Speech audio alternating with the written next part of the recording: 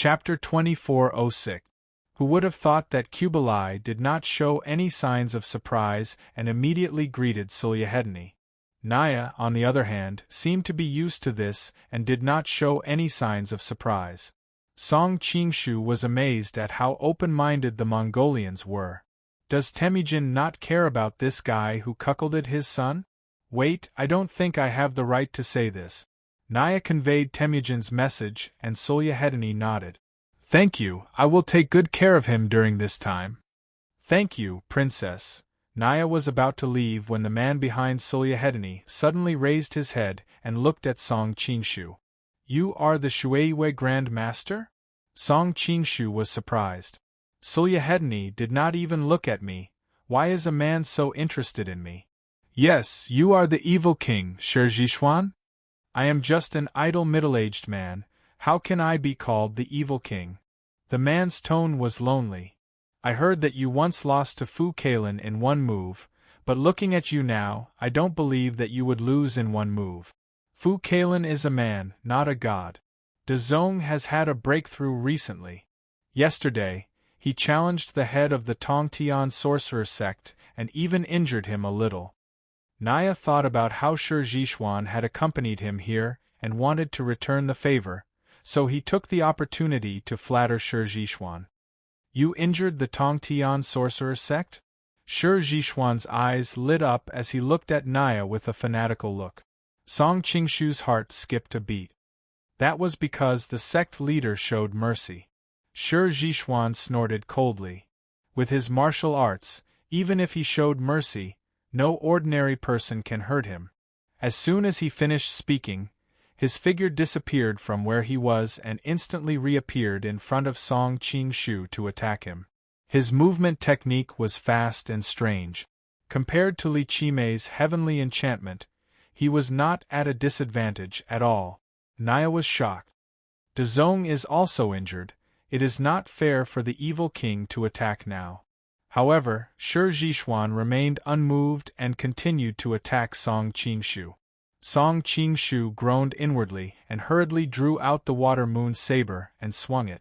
At his cultivation level, the saber and sword were interlinked. The timing and angle of this saber strike could be said to be perfect. Clearly, Shizhuan was also shocked by the exquisiteness of this attack. With a twist of his body, he appeared in another location out of nowhere. Song Qingshu was secretly amazed. This guy's phantasmal body movement skill was indeed treacherous and fleeting.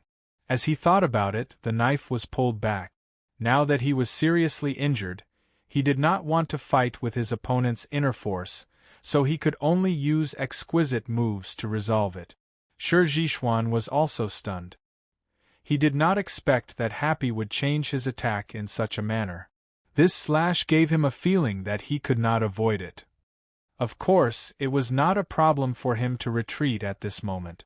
However, he was a prideful person. When he heard that his opponent was injured, if he continued to attack and was forced to retreat, he would not be able to bring himself to do so. Therefore, he formed a seal with both hands and directly used the empty-handed blade grab. Song Qingshu wondered if he should take advantage of the situation to amputate one of his arms, since he didn't have that otherworldly daughter in this world anyway. Just as he was hesitating, he suddenly felt that the innate chi on his blade was leaking out, and his opponent's strength seemed to have increased by several points. Dark North Divine Art? Song Qingshu was startled, but he quickly noticed the difference. The opponent should have a special method to transform the enemy's strength for his own use. It was not the Dark North Divine Art or the Absorbing Stars Great Technique, but similar to the Heaven and Earth Great Shift and the Big Dipper. However, Song Qingshu had fought with Zhang Wuji and Murong Bo many times, so he already had experience. With a flick of his wrist, the blade broke through the opponent's mysterious force field from a special angle. Shizhuan had already returned to his original position. He could not help but exclaim, "Your bladesmanship is really simple and mysterious. You actually broke my immortal pressing art in this way." He knew that his opponent was injured, so he did not use his full strength. Seeing that he could not defeat his opponent in 3 moves, he stopped. Song Qingshu smiled. I have long heard that the evil king's immortal pressing art is amazing. Today I see that it is indeed worthy of its reputation.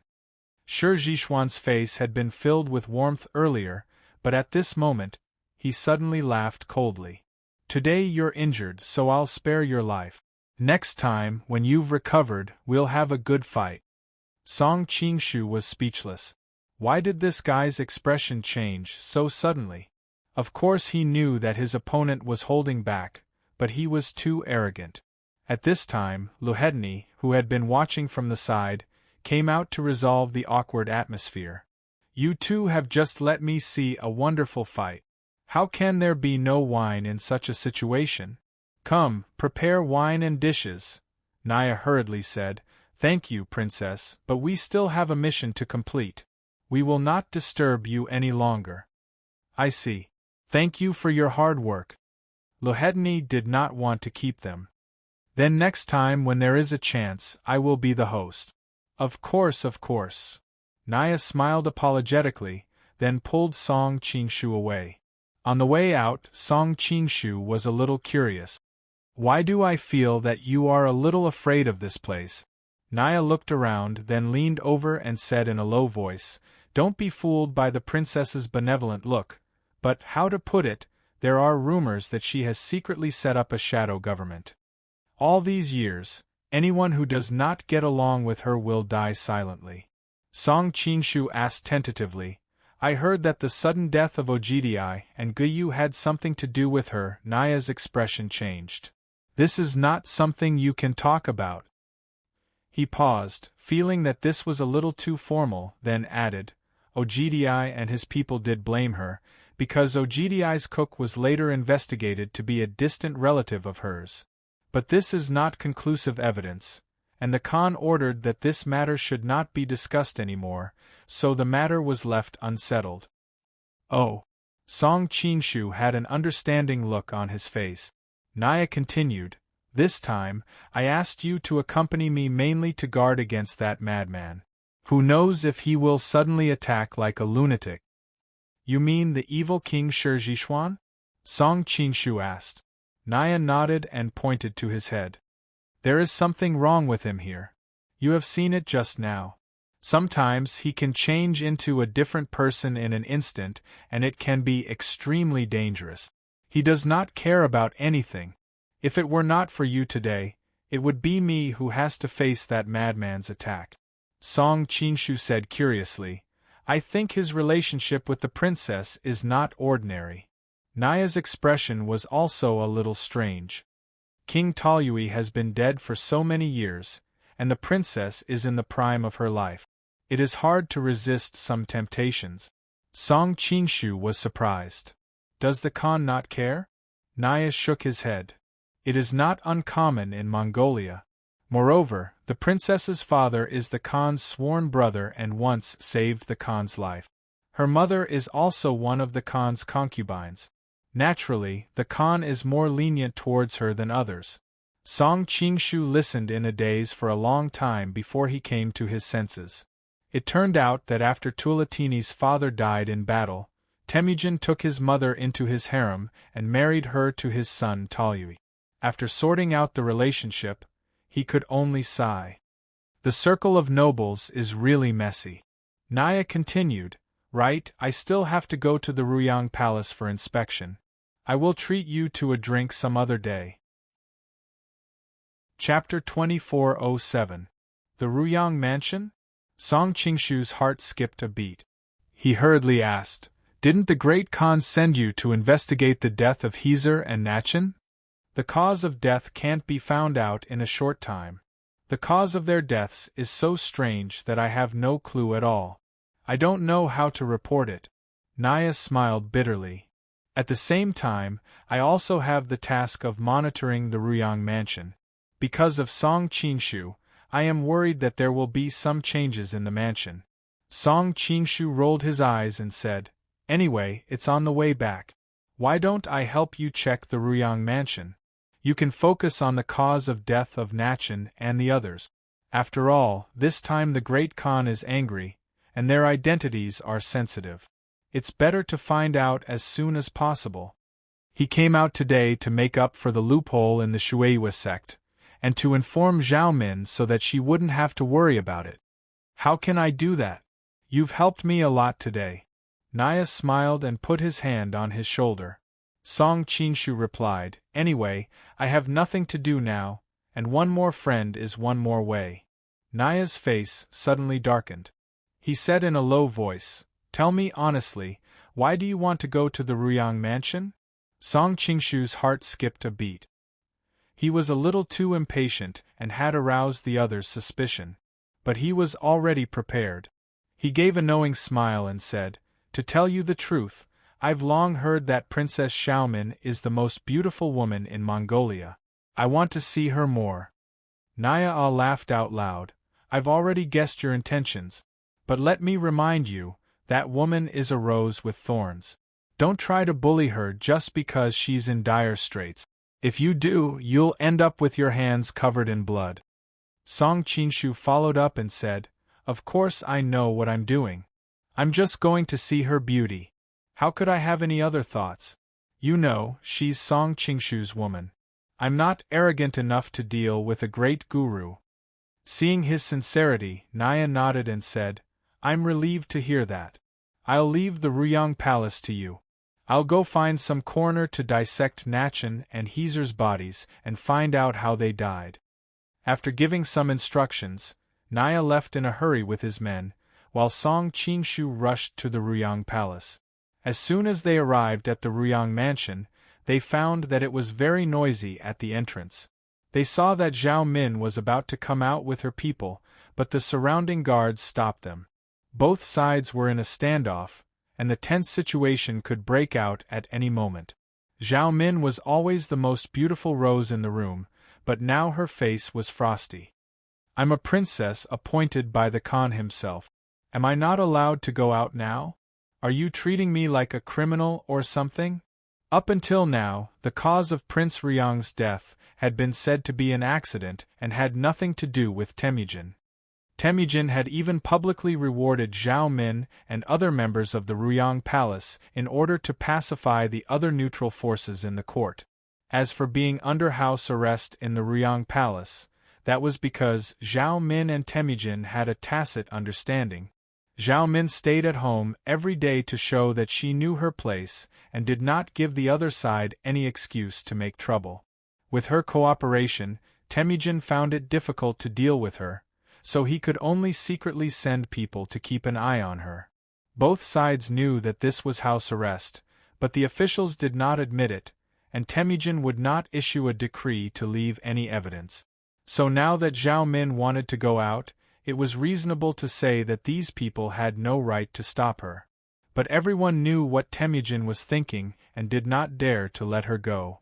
So they could not stop her, but they could not let her go either. The two sides were in a stalemate. The people who were keeping an eye on the Ruyang Palace came out one after another. The leader kept trying to persuade her, but Zhao Min did not stop at all. She walked straight out with a cold face. She walked at the very front, and because she was a woman, the others did not know whether to step back or touch her. Seeing that the other side was about to break through the last line of defense, the person in charge of keeping an eye on her finally pulled out his sword. Princess, if you don't go back, don't blame us for being merciless. Zhao Min laughed coldly. I'd like to see how merciless you can be. As soon as she finished speaking, the archers behind her all drew their bows and nocked their arrows. The other people's expressions changed drastically. Although these archers were few in number, they were famous godly archers. If they really let them shoot, who knew how many people would die in the battlefield? Seeing that the two sides were about to start fighting, Song Qinshu hurried over. Everyone, stop! What happened? When Zhao Min saw him, she was surprised at first, then a hint of surprise appeared on her face. But in a flash, she returned to normal. Song Qinshu was secretly impressed. Her acting skills were superb. The people sent by Naya ran to the people guarding the Ruyang Palace to explain his identity. Now he was in charge of this place. Where are you going, princess? Song Qingshu asked with a smile. Zhao Min snorted. Do I need to tell you where I go? Song Qingshu replied. You are a noble princess. Of course, you don't need to tell us. But the city is not peaceful these days. Many rebels have been looting. The Great Khan specially ordered us to protect you, princess, in case you are hurt by the rebels. Who are the rebels you mentioned?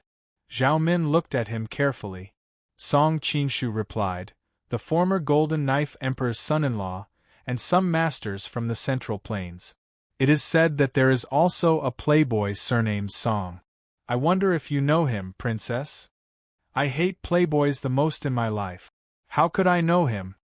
Zhao Min stared at him fiercely. Song Qingshu smiled embarrassedly. Unfortunately, he escaped without a trace. When the royal preceptor catches him, how about handing him over to you? Zhao Min snorted. I am not interested in these messy things. Can I go out and buy some rouge and powder? Song Qingshu replied, of course. But in order to protect your safety, I have to follow you. Please understand. Zhao Min sneered. Follow me if you want. Then she walked to the street with her hands clasped behind her back. The others slightly changed their expressions. Some wanted to stop her, but they thought that the superiors did not say that she was not allowed to go out. It was a solution if she could follow them. Song Qingshu took the opportunity to follow Zhao Min with his men. He went straight to Zhao Min's side and said, Princess, if you lack any rouge or face powder, why don't you just ask the servants to send it over? There's no need to trouble yourself to go there. Women enjoy the process of buying, can't they? Zhao Min rolled her eyes. She frowned at the warriors behind her. Why are you following me so closely? Are you going to escort a criminal? Song Qingshu took the opportunity to wave his hand at them, indicating that they should stay away, and that he would stay by her side. The others knew that he knew martial arts, so they did not say anything. Seeing that the people had walked away, Song Qingshu said, If I didn't come just now, you would have fought with them. How would you deal with it then? Zhao Min said matter-of-factly, My man is in trouble, and I'm not allowed to mess around a bit? Even if Temujin knew, he wouldn't do anything to me. Song Qingshu knew that she was very familiar with the way the Mongolians handled things. She must have a firm grasp of Temujin's mentality. But what moved him even more was the way she addressed him. Min, Zhao Min spat. Don't call me that. It's a bit uncomfortable. Song Qingshu also knew that the appearance of the Shueiyue clan was a bit vulgar. He smiled awkwardly. Then I'll find a chance to come find you at your place. You mustn't. Zhao Min hurriedly stopped him. Recently, there have been more and more warriors stationed at my place. It's obvious that they are guarding against you coming to find me. With that kind of defense, no matter how skilled you are, it will be difficult to completely avoid them. You can't take the risk. By the way, how are your injuries? Song Qingshu replied, Don't worry. Although there is still some time before I fully recover, I can at least protect myself. How did you recover so quickly? Zhao Min showed a puzzled expression. Last night, 3 grandmasters surrounded you. I heard that you used the art of blood ignition. You shouldn't have recovered so quickly. If she hadn't known that his situation was critical, she wouldn't have lost her composure today. Yesterday, I found someone to treat my injuries. Song Qingshu was a bit embarrassed. Avoiding the important points, he told her what happened at Yaluan's place last night. He mainly emphasized that someone was secretly targeting Yaluan and he happened to run into them. Zhao Min was smart and immediately understood what was going on. So you were hiding in her room the whole night. No wonder they couldn't find you. You were injured by Temujin, but you used his granddaughter-in-law to treat your injuries. You're really something. Chapter 2408. Why did you use the word use? It sounds weird. Song Qingshu smiled awkwardly. Zhao Min rolled her eyes at him. Are you saying you didn't use her? Song Qingshu was a bit embarrassed and tried to explain. I helped her cure the poison, and she helped me heal. We both took what we needed. There's nothing else. Why are you in such a hurry? I'm not blaming you, Zhao Min joked. Besides, it's not like you don't know the hatred between my family and Temujin. You made his grandson a cuckold, and I'll only applaud you for helping us vent our anger. I can't wait for you to make a few more cuckolds for his family. Why would I blame you? Song Qingshu didn't know if she was telling the truth or lying, so he wisely didn't respond. Zhao Min talked to herself for a while. Seeing that he didn't respond, she got bored and changed the topic. Why did you take such a big risk to save Guo Jing? Is it because of his beautiful wife again? Song Qingshu's expression turned serious. It's fine if I didn't know about it, but if I did, how could I just stand by and watch? Guo Jing is a hero that everyone respects. He has served the country and the people all these years. He shouldn't die in a foreign land like this. Why do these words sound so strange coming out of your mouth? Zhao Min curled her lips. Song Qingshu laughed bitterly. Whether you believe it or not, these are my true thoughts. Zhao Min shook her head. That's why I've always felt that you lack a heroic spirit and are too emotional.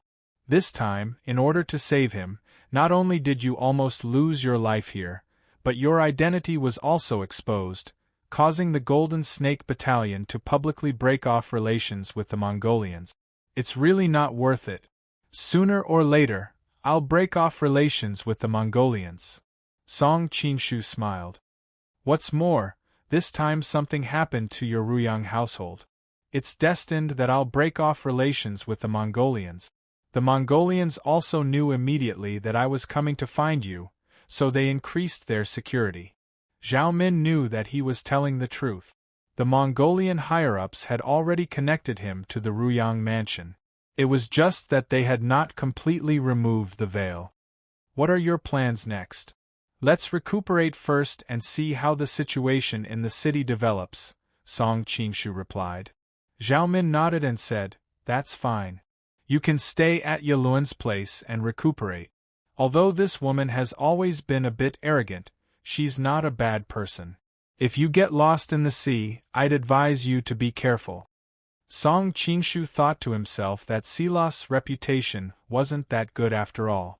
Zhao Min then said, Also, don't take the risk to look for me during this period of time. I won't be in danger here. We'll talk about it after you recover. Song Qingshu grunted in response. He couldn't always come with the identity of the Water Moon Great Sect. It would always arouse the suspicions of people with ulterior motives. The two of them strolled around for a while and chatted about some intimate things along the way. Although she was a bit reluctant to part, Zhao Min still said, all right. It's getting late. If you stay any longer, people will start suspecting you. After she finished speaking, she picked up the rouge and face powder she had picked along the way and tossed them to her subordinate. Then, she walked back without looking back. Song Qingshu couldn't help but sigh at how considerate she was. He cooperated and gathered his subordinates to escort her back. When they finally returned to the mansion, Zhao Min even deliberately scolded him in public. It was obvious that she did it for others to see and lessen his suspicions. When they left the prince's mansion, there were even quite a few Mongolian warriors who consoled him, saying that Princess Zhao Min's temper had been rather irritable these days because of what happened to her lover. As Song Qingshu responded, he was inwardly overjoyed. However, he was soon attracted by the sounds of fighting nearby. Someone came to report, there's a woman spying near the prince's mansion. She was discovered by the patrolling soldiers. The two sides are currently fighting. Song Qingshu was startled and hurriedly said, Quickly take me there. At such a sensitive time, someone had appeared near the Ruyang prince's mansion. Could it be one of their own? He hurriedly rushed over and saw a beautiful woman dressed in a Taoist robe being entangled by many Mongolian soldiers. Who else could it be but Li Macho? Seeing that there were more and more soldiers around them, and that Li Macho's attempts to break out of the encirclement had been blocked several times, he hurriedly shouted, brandished his saber and rushed over. Where did this Taoist nun come from? Quickly capture her. Limacho felt a strong wind approaching and secretly complained. It was already difficult for these warriors to break out of the encirclement, and now there was another master. Was she going to die here today? However, when she turned around and saw the appearance of the other party, she was first stunned and then overjoyed. At this time, she heard a voice transmission in her ear. I'll take this opportunity to send you away. Remember to send the soul-freezing silver needles. She was quick-witted and immediately waved her horsetail whisk to sweep the other party's body. Song Qinshu directly waved his saber and cut her horsetail whisk into 2 pieces. After all, there were so many people watching, and the Shueiwa sect was a top master by the Khan's side. Limacho saw that the horsetail whisk that had accompanied her for a long time was cut in half, and her eyes couldn't help but show a trace of anger. However, she immediately felt a huge soft force pass over her. She took advantage of the force and jumped back several feet, leaving the encirclement of the many warriors. Song Qinshu shouted, "Want to run?" As he said this, he rushed towards her again. Limacho's heart moved. She waved her sleeves and shouted, "Look at my soul-freezing silver needles." Song Qinshu immediately cooperated and screamed, "Oh, what a poisonous hidden weapon!" When the other warriors saw this, they all stopped in their tracks in fright. Even the Shueiwa sect was hit. Wouldn't it be useless for them to go up? Limacho clenched her teeth and stared at Song Qinshu while suppressing her laughter. Then, she disappeared between the houses. This guy was really exaggerated. Her soul-freezing silver needles had already been used up last night. Otherwise, she wouldn't have fallen into a bitter battle and been unable to break through. Song Qinshu stayed in the same place to meditate and pretend to expel the poison. After a long time, he shot a needle into a nearby wall with his internal force. Then he made an expression as if wiping cold sweat. This woman's hidden weapon is very vicious. It's simply fatal. If it weren't for my profound internal force, I'm afraid I would have been hit by it. He had all kinds of medicine and silver needles on him, so he could conveniently find the guy who impersonated her. Some people who had experienced yesterday's pursuit also took the opportunity to describe the scene of Limacho's attack and the sudden death of a large number of soldiers. Hearing this, the surrounding people all sucked in a breath of cold air. Song Qinshu thought to himself that the Scarlet Serpent deity was indeed a terrifying existence wherever she went. He casually said a few words to these Mongolian warriors and then left with the excuse of going back to recuperate. After walking a few blocks, he was wandering around when suddenly a sweet and soft voice came from behind him. "Are you looking for me?" Song Qinshu turned around and saw a beautiful Taoist nun standing in a corner not far away. He recalled her graceful figure during the battle just now. Even the slightly loose Taoist robe couldn't hide her slender and soft waist. "What are you looking at?" Limacho noticed his gaze and said with some dissatisfaction. Song Qinshu said with a smile, "I was just thinking that your voice sounds like a young girl. I don't know how you took care of yourself all these years. You're taking advantage of me?" Limacho was furious. She took out her horsetail whisk and was about to make a move. However, she immediately found that the horsetail whisk had been cut in half. She couldn't help but become even more furious. "You can't beat me in a fight. Do you really want to have physical contact with me?" Song Qinshu often criticized his habit of flirting, but he always couldn't control it. Limacho's face was as cold as ice. "If it was in the past, I naturally wouldn't be able to beat you. However, you were seriously injured last night. It's not certain now." After saying this, her white jade-like palm struck towards him with a gust of wind. Chapter 2409. Song Qinshu was startled. He didn't expect that she would really hit him, so he hurriedly raised his hands to block. Limacho's face was livid. She had been in Jianghu for so many years, but no one dared to flirt with her like this. Those who were more powerful than her were usually older, so they wouldn't say anything frivolous. Most of the younger ones couldn't beat her, so they didn't dare to talk nonsense. Only this guy always flirted with her. His martial arts were far better than hers, so she didn't hold back at all. Unexpectedly, he couldn't resist and was hit in the chest by her palm. Song Qingshu screamed and leaned against the wall, coughing violently. It seemed that he coughed out something red, like blood. Limacho couldn't help but turn pale. She hurriedly went to check on him. "How are you? I didn't mean to. I didn't know you were hurt so badly." Hearing that her panicked voice was faintly tearful, Song Qingshu secretly showed a cunning smile. He pretended to be weak and said, "Try being attacked by 3 great grandmasters. It's good enough that you can stay alive, how can you not be hurt badly? I heard that you used the burning blood technique. It's all my fault. I shouldn't have attacked you."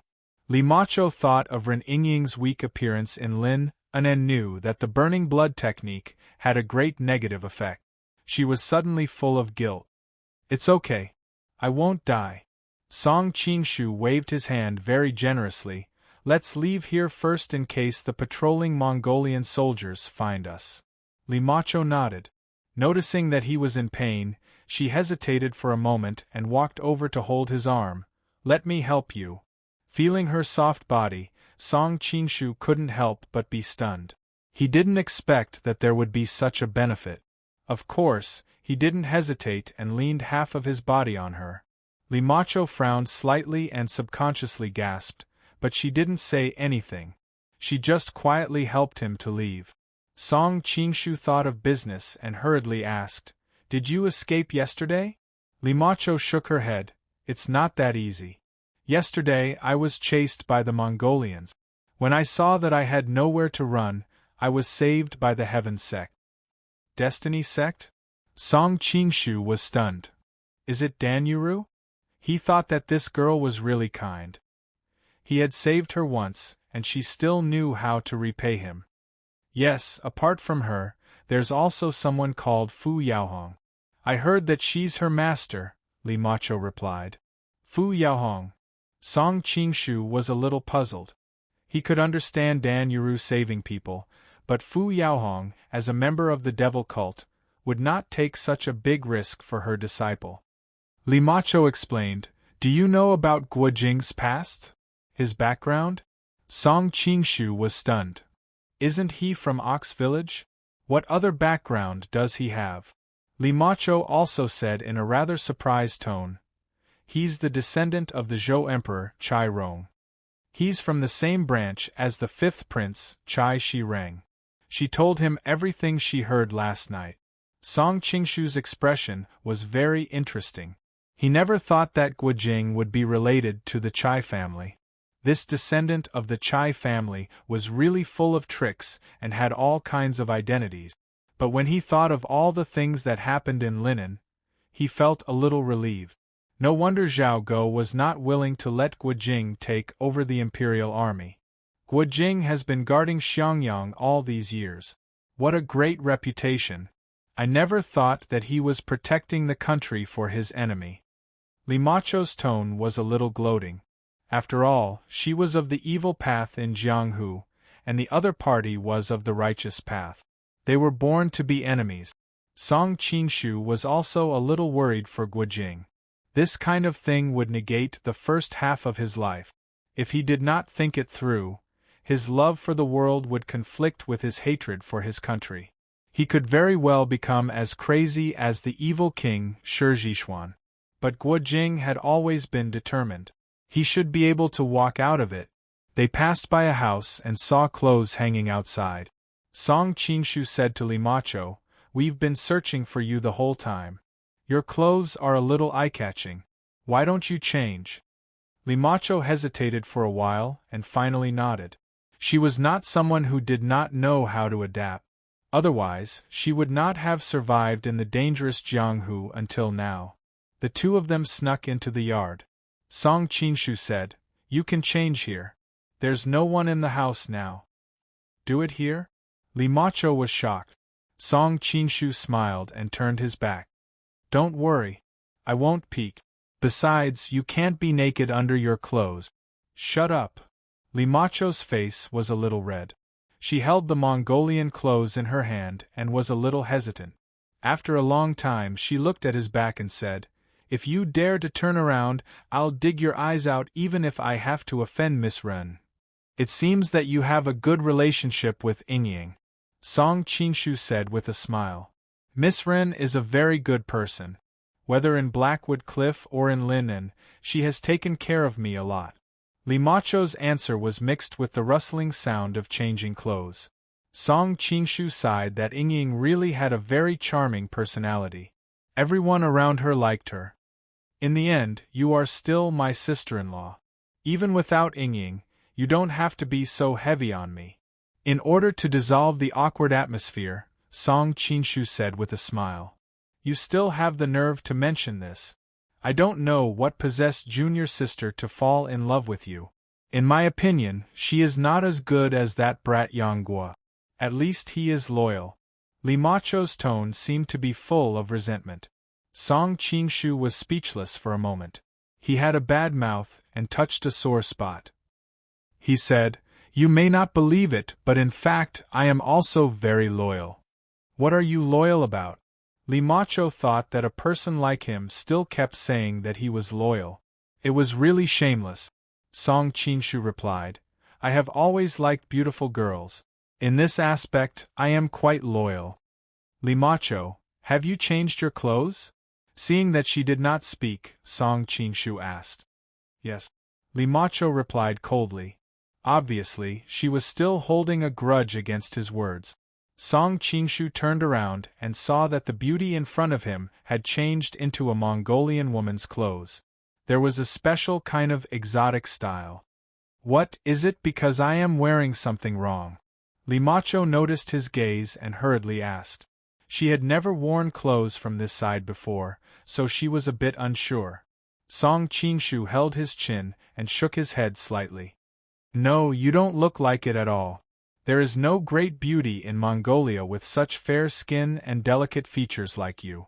I can tell at a glance that you are fake. You are full of nonsense. Then what about Princess Xiaomin?"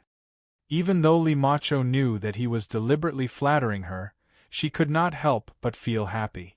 Which woman in the world did not like to be flattered? Song Qingshu was speechless again. Could he still have a pleasant conversation? He had no choice but to change the topic. "By the way, I always thought that you had returned to the Central Plains. Did you save Ah Man and Li Wenxiu?" Limacho grunted and helped him out of the courtyard. "I let them return to the tribe first. I was worried that something might have happened here, so I came to take a look. Don't think too much. I only promised Miss Rin, so I naturally have to fulfill my promise." Song Qingshu's face was full of smiles. "Don't worry, I won't think too much." Limacho's face was slightly red. Looking at her up close, her skin was still as delicate and white as a young girl's, without a trace of impurity. Just like that, the two of them arrived at her hiding place. As soon as they entered the door, they heard a shout from inside. "Oh no, Qigong is vomiting blood again." Song Qingshu was stunned and hurriedly rushed in. Limacho watched from behind in a daze. He was clearly very weak just now, but now he was running as if he was flying. Thinking of how she had helped him along the way, she could not help but feel ashamed and angry. Chapter 24:10. Song Qingshu had already restored his appearance on the way here, so he was not afraid of meeting Fu Yaohong and the other evil cult members. After entering, he saw from afar that Big and Little Wu were as anxious as ants on a hot pan. "Who is it?" The guards outside the Heavenly Fate cult noticed him, and all appeared to surround him. Before Song Qingshu could answer, he heard a surprised and happy voice, "Stand down, it's one of us." A beautiful figure ran over in high spirits. She looked pure and holy, but she had an urge for men to embrace her and love her. Who else could it be but Danyuru? "Are you okay? I searched half of Helen City but couldn't find you." Danyuru was pleasantly surprised. Last night, she and Limacho had split up to search, but they couldn't find his whereabouts. Limacho was a little pleased. She knew this guy better and knew that he would definitely find a way to contact Princess Xiaomin. She just happened to run into him. However, when she thought about how she almost fell into the hands of the Mongolian soldiers, she felt a little scared. Fortunately, that guy appeared in time. Thinking of this, the anger from being deceived just now had mostly dissipated. Song Qingshu nodded to Danuru. "Thank you for your concern, I'm fine. What happened inside?" "Come with me," Danuru explained as she led him. "Hong Qigong's injury seems to be a little troublesome. No matter how I treat him, I can't control the injury. It's getting worse, I'm afraid he won't make it." Song Qingshu's expression also became serious. How could it be so simple to be injured by a great grandmaster? Big brother Song. At this time, little Wu, who was running around, saw him first and shouted in surprise. The others also turned their heads. When they saw Song Qingshu's appearance, they all revealed looks of surprise.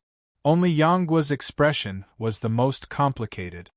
"Brother Song, it's great to see that you're safe. If something really happened to you, how could I face you as your brother?" Guojing was so excited that he choked with sobs.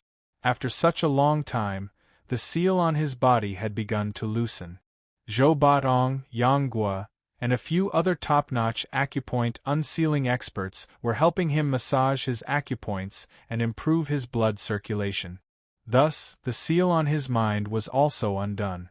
Gradually, he began to recall the past. Now, he had recovered to his normal state. It was just that he had suffered serious internal injuries in the battle at the Princess Mansion. Later on, he had been interrogated in the heavenly prison. His internal and external injuries were added together.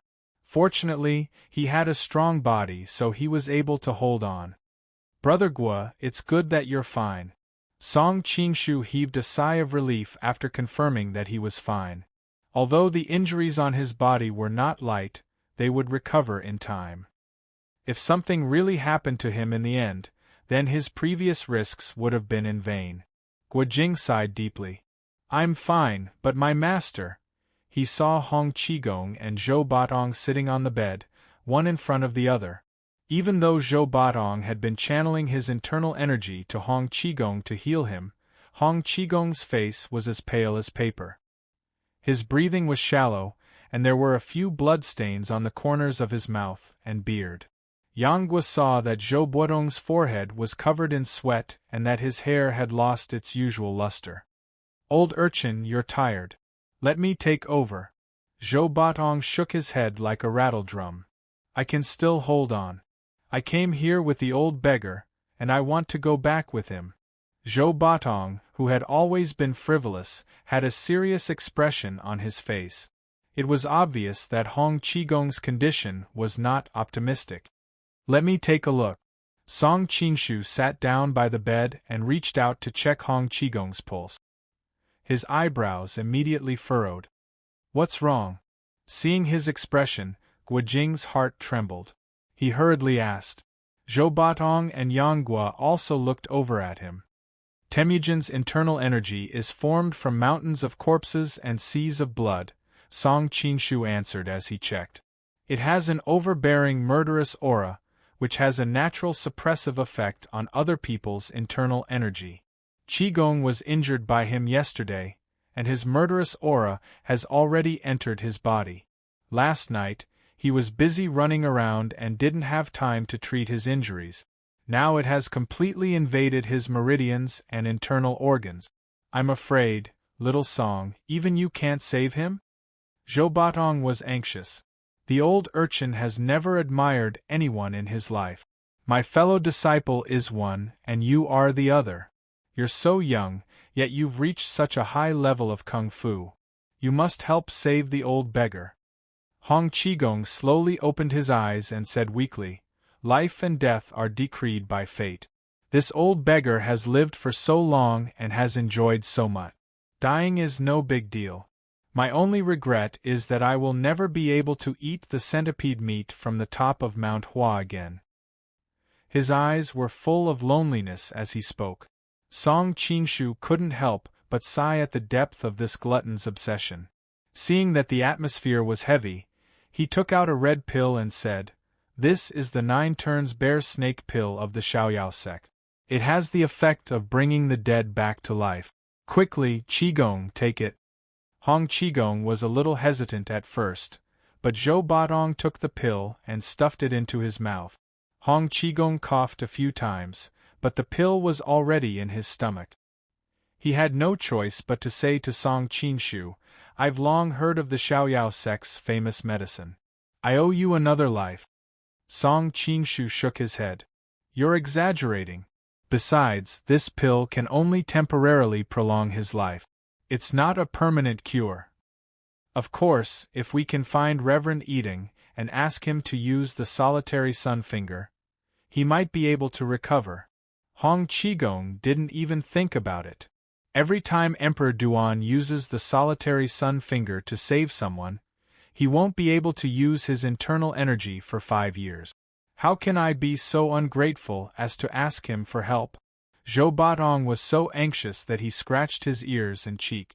If it were someone else, he could use more internal energy to make up for it. But Emperor Duan was the person he didn't dare to see the most in the world, so he couldn't bring himself to ask him for help. Yang Gua said, "If it's too much for one person, with me, Uncle Gua, and the old urchin helping him, maybe Reverend Eating won't have to use so much internal energy." "Yes," Gua Jing agreed. "Besides, the 9-yin manual is very helpful for healing and restoring internal energy. Reverend Eating won't have to use as much internal energy as before." Hong Qigong still shook his head. "You don't have to persuade me. We're not young anymore, and it's not an exaggeration to say that we're in the twilight of our lives.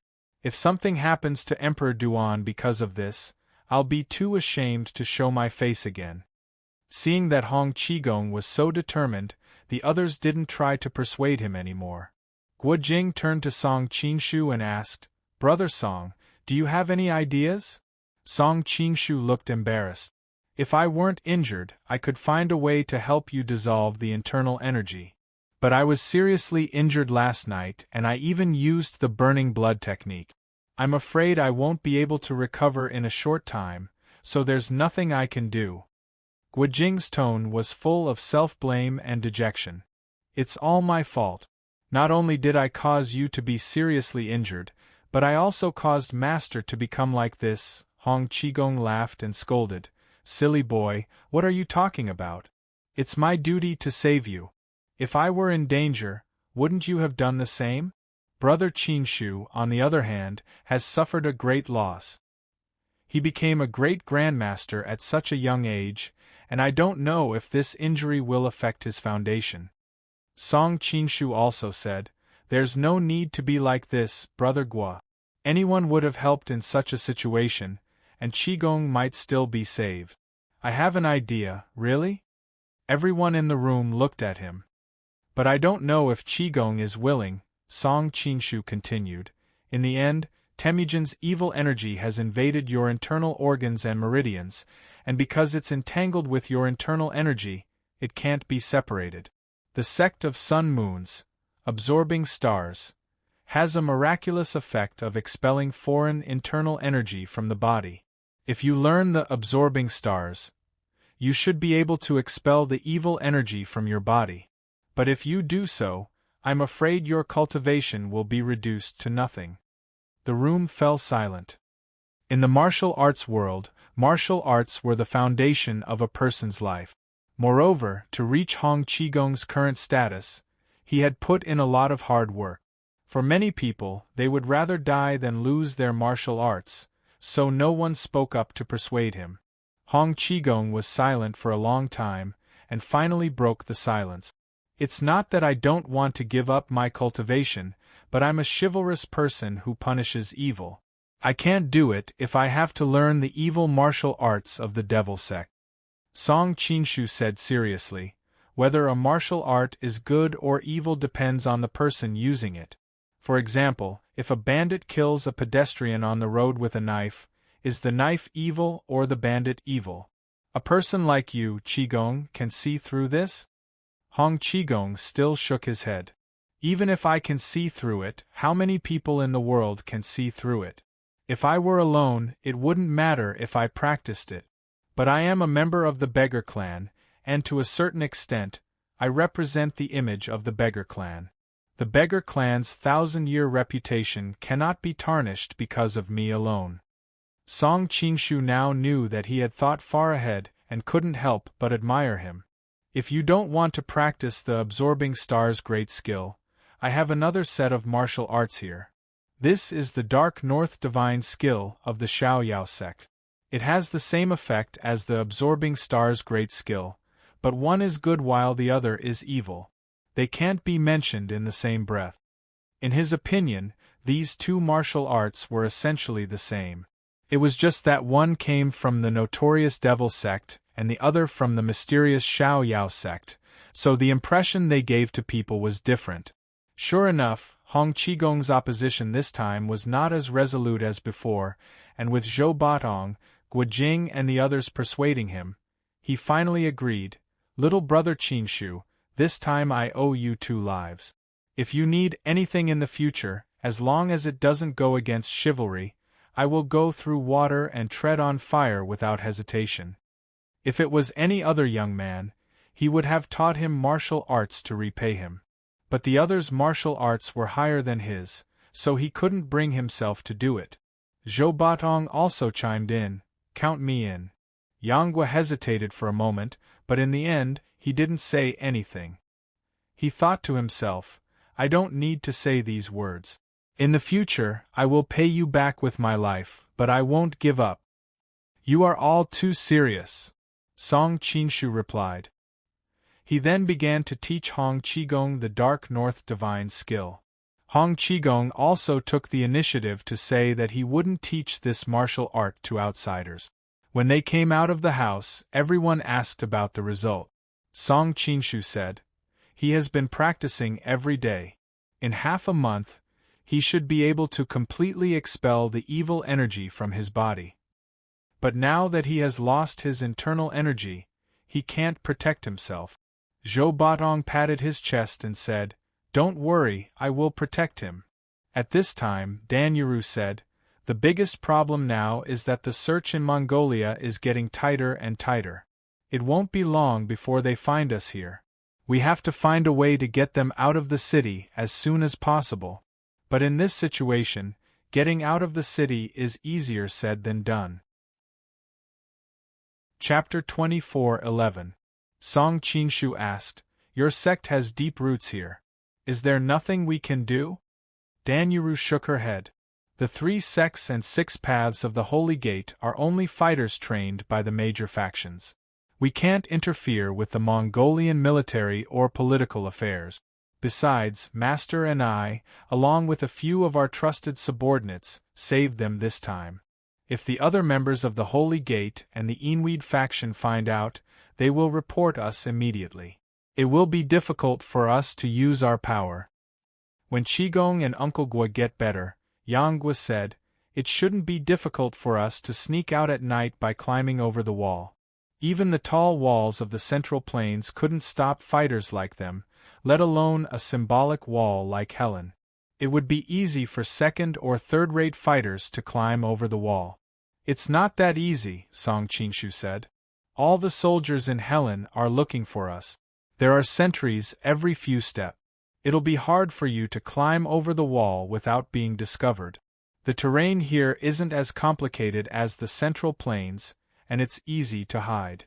Once you get out, it'll be an endless grassland. No matter how good your lightness kung fu is, you can't beat the relentless pursuit of the cavalry." Yang Gua recalled the battle in the city last night and understood that no matter how good a fighter was on the battlefield, being surrounded by an army would only lead to death. "Why don't we just go to the palace and assassinate Temujin? Wasn't he injured last night? If we drag him down with us, we'll do our part for the Central Plains," Zhou Batong said impatiently. Dan Yuru's expression changed. "Senior, don't be rash. You may be good at martial arts, but the Khan has many masters under his command, many of whom are just as good as you. Besides, there are also Tongtian shamans and Pangban the evil master. Going to the palace is like throwing an egg against a rock. Although Temujin was injured yesterday, they still have the advantage in numbers, Song Qingshu added. His injuries will only take a few days to completely recover. On the other hand, because I used the art of blood ignition, I won't be able to recover as quickly. It won't be easy for you to kill him. Zhou Batong scratched his head in annoyance. I can't do this, I can't do that. I hate thinking about these things. If only Rong was here. She would have a way. When Guojing heard him mention Huang Rong, a smile appeared on his face. However, his smile quickly froze when he recalled what happened in Lin City. Song Qingshu thought for a moment before replying, I'll go back and think about it first. I'll see if I can find a way to send you guys out. Dan Yuru was surprised. Aren't you going to stay here? Song Qingshu explained, I have another hiding place in the city. Now that it's getting late, it's not convenient for me to stay here for too long. It's easy to be exposed. Early in the morning, he first went to the Imperial Palace, then to the Ruyang Mansion, and then to this place. It was already evening. Then how can we contact you if something happens? Dan Yuru continued to ask. This group of people was like a hot potato. The Mongolian soldiers would find this place sooner or later. Her heart was tense. Song Qingshu thought of the shop that he and Zhao Min had visited before and answered, There is a cosmetics shop in the city owned by a Hu merchant from the western regions. If you need me for anything, just leave a mark like this there. I will come when I see it. Dan Yuru memorized the mark and nodded slightly. After settling everything here, Song Qingshu was about to leave. He had only taken a few steps when Guojing caught up to him. Brother Song, that, seeing him blushing and stuttering, Song Qingshu smiled and said, Brother Guo, you want to ask about Princess Huajing, right? Guojing looked embarrassed. I've embarrassed myself in front of you, Brother Song. I'm ashamed to talk about what happened this time. Although it's because I lost my memory, I still owe Rong. Song Qingshu did not know what to say from his position. After thinking for a long time, he could only say, She will definitely forgive you. No matter how she punishes me, I deserve it. Guojing let out a long sigh. But right now, I'm a little worried about Huajing. I let her down 16 years ago, and now, because of a freak combination of factors, if something happens to her because of me, I'm afraid I won't be able to rest easy for the rest of my life. Song Qingshu patted him on the shoulder. Don't worry, Huajing is Temujin's most beloved daughter. As the saying goes, even a tiger will not eat its cubs. She should not be in any danger. From the current news, she is only under house arrest. Right now, I'm afraid she is most worried about you. I'm just afraid that she will do something irrational because she is too worried, and that the Khan will have no choice but to punish her. Guojing knew the Mongolians very well and knew that they were not united. Then I'll find a chance to let her know that you are safe, Song Qingshu replied. Guojing was pleasantly surprised. Thank you so much for being able to let her know. He couldn't help but sigh at how resourceful the other party was to be able to get in touch with Huajing. Song Qingshu comforted him a little. After saying goodbye, Li Macho appeared in front of him. I don't want to stay with them. Song Qingshu was a little embarrassed. But my hiding place is not convenient for you to go with me. Li Macho was furious. Who said I want to stay with you? Can't I find my own place? Song Qingshu laughed to himself. This woman was quite a tsundere. She would not admit defeat no matter what. But if you are really not used to staying with them, you can go to the residence of the Shueiyue clan. Here is the key. Li Macho wanted to say something more, but Song Qingshu stuffed the key into her hand. Her expression improved a lot. Okay, I'll stay with them for now. I can take care of them. I'll go when I'm bored. After saying this, she left without looking back. She looked like she didn't want to say another word to him. Song Qingshu smiled and left directly. After changing back to the appearance of the Shueiyue clan, he went to do a roll call and showed his face to Li Qimei and Ba Siba. Then he found a chance to leave early and return to the Mongo Palace. The color of Princess Yaluan's clothes seemed to be brighter than before. It could be seen that she had carefully drawn her eyebrows and applied rouge. She looked more beautiful than before. She was pacing back and forth anxiously, but when she saw Song Qingshu appear again, she was surprised at first, and then said lightly, "What did you do? What took you so long? I thought you weren't coming back." "It seems that the princess doesn't want me to come back." Song Qingshu sounded disappointed. "Who wants a thief like you to come back?" Princess Yaluan's pretty face blushed and she spat unhappily. Song Qingshu admired her makeup up close. He couldn't help but praise, "You are so beautiful today." The corner of Princess Yaluan's mouth rose slightly. "That means I'm usually ugly?" Song Qingshu shook his head. "You usually dress very plainly, and I rarely see you dress up. But you are very elegant. It's no different from today's style." Princess Yaluan sighed faintly. "I'm a widow. I don't have the mood to dress up." At this time, someone in another place also sighed with her. Hai Wanshan turned back and forth in front of a huge bronze mirror to look at his own reflection. His fingers gently stroked his plump skin. Suddenly, he sighed faintly. "Such a beautiful body. What a pity." At this moment, a subordinate's voice came from outside the door. "Master." Hai Wanshan put away the melancholy on his face and replied coldly, "Speak." According to the inside report, Naya has found out the cause of Na Chen's death. After hearing the report, Hai Wanshan's eyebrows gradually twisted. Chapter 24:12. Song Qingshu noticed the loneliness in Yaluan's eyes and couldn't help but comfort her. "You're a natural beauty. Even without any makeup, you're still beautiful." Princess Yaluan laughed and scolded. "No wonder people say that the Golden Snake King is a playboy. Today I've seen it for myself. It's as if his mouth is smeared with honey. He always says things against his will to please women."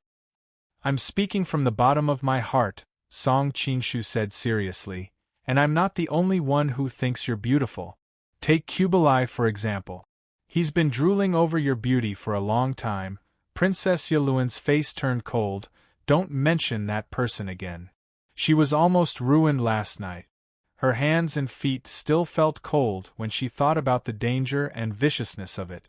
Song Qingshu continued, "Even if we don't talk about him, there are other admirers of you. Ho Shibai, for example. He looks at you as if he wants to eat you alive." Princess Yaluan frowned. Although Mr. Ho is from the dark sect, he's still a gentleman. He hasn't done anything over the years. It's a pity that he likes someone he shouldn't like. Song Qingshu couldn't help but say, "There's no such thing as rationality in love. If he stays by your side all day long, there won't be many men in the world who won't fall for you." Princess Yaluan was finally annoyed.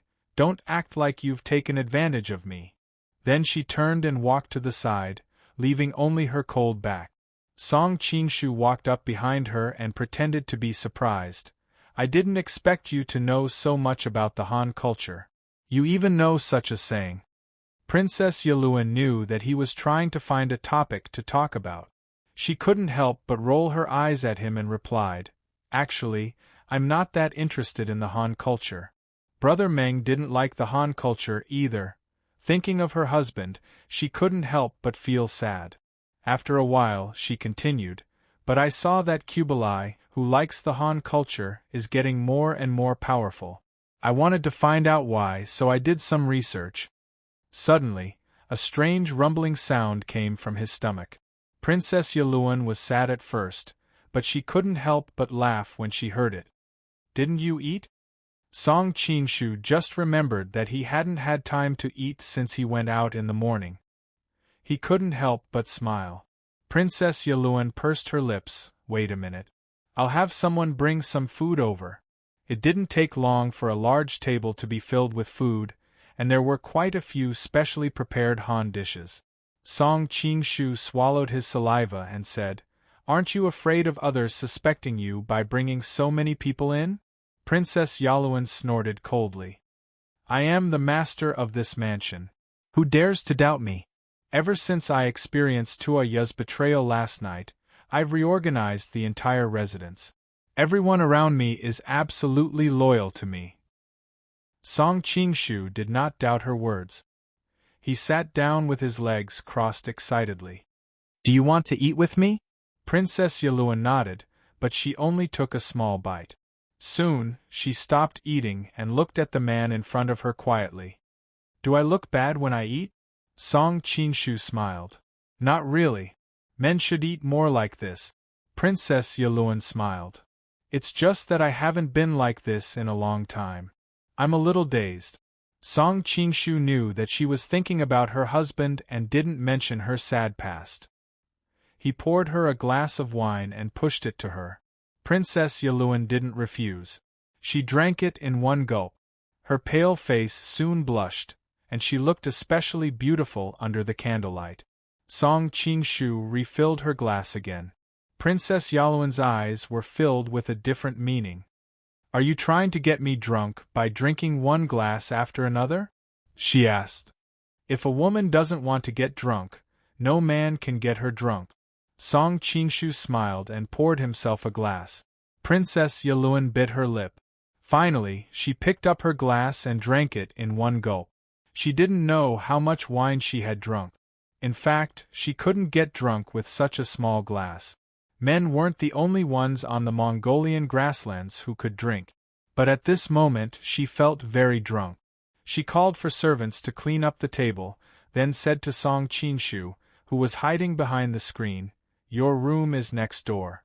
I've already arranged it for you. No one will come to disturb you, so you can recuperate in peace. Song Qingshu asked, Is the bed big? Princess Yaluen was stunned. She nodded and said, It should be okay. The bed in the prince's mansion wouldn't be small. Song Qingshu continued to ask, Is that house fragrant? Princess Yaluen answered, If you like, I can ask a maid to bring some incense. What smell would you like? The one you usually use. Song Qingshu said with a smile. Princess Yaluen blushed and said, Okay, I'll send someone to get it. Is the quilt soft? Song Qingshu asked again. Princess Yaluen was annoyed and asked, What do you want to ask? Song Qingshu smiled. In the end, I only have one thing to ask. Is there a Wang Fei on the other side? As long as you are here, the bed will be big, the room will be fragrant, and the quilt will be soft. Princess Yaluen's face turned cold and said, We agreed yesterday that we wouldn't disturb each other. Although she said this, her heart was beating very fast. Song Qingshu spread his hands and said, You can say no. Princess Yaluen opened her mouth but didn't say anything. Song Qingshu smiled, a very happy smile. When Yaluen saw that smile, she only felt that it was very hateful. However, her heart was beating violently, and she couldn't say anything to rebuke him. Song Qingshu didn't say anything else. He just walked to her side, picked her up by the knees and walked step by step into the room. Princess Yaluen felt the man's scent around her, and felt her whole body go limp. She didn't know why she was like this. She never thought of herself as a person who was addicted to desire. If it were someone else, she would have killed them long ago. But when this guy touched her, she felt like she was falling into his hands. She didn't know why. She didn't think it should be like this, but her body didn't listen to her. Soon, she didn't have to hesitate anymore. His familiarity made her instinctively open her body and tightly hug the man on top of her. Song Qingshu didn't know what was going on either. Zhao Min's words lingered in his mind. He was hurt by Temujin, but he used his granddaughter-in-law to heal it. The next morning, Song Qingshu left the palace feeling refreshed. After all, there were still many things he had to participate in as a member of the Shueiyue clan. At the very least, he had to show his face at the roll call or something. As soon as he got back to the palace, he suddenly stopped. There was one more person in the palace.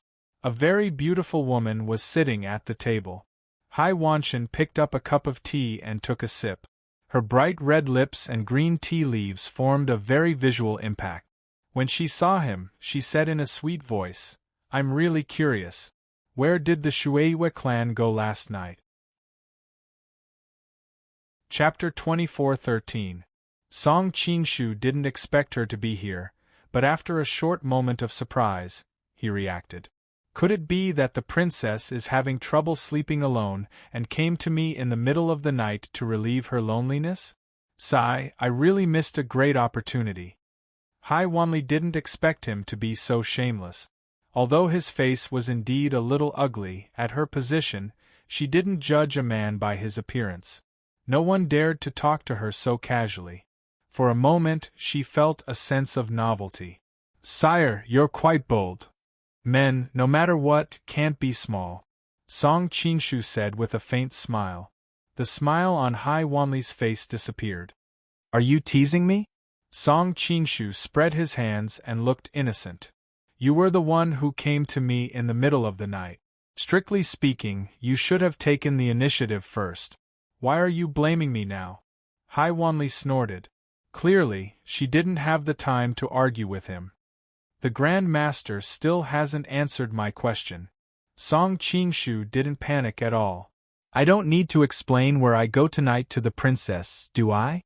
Hai Wanshan stared at him for a long time before he smiled and said, "That's true, everyone has their own secrets, so I won't pursue it. However, seeing that I've waited here for you for an entire night, shouldn't you compensate me?" Song Qinshu's eyes fell on her plump figure and he smiled. "Of course I should compensate you. Can't I repay you with my body?" "Bah!" Hai Wanli spat. In the end, she couldn't take it anymore.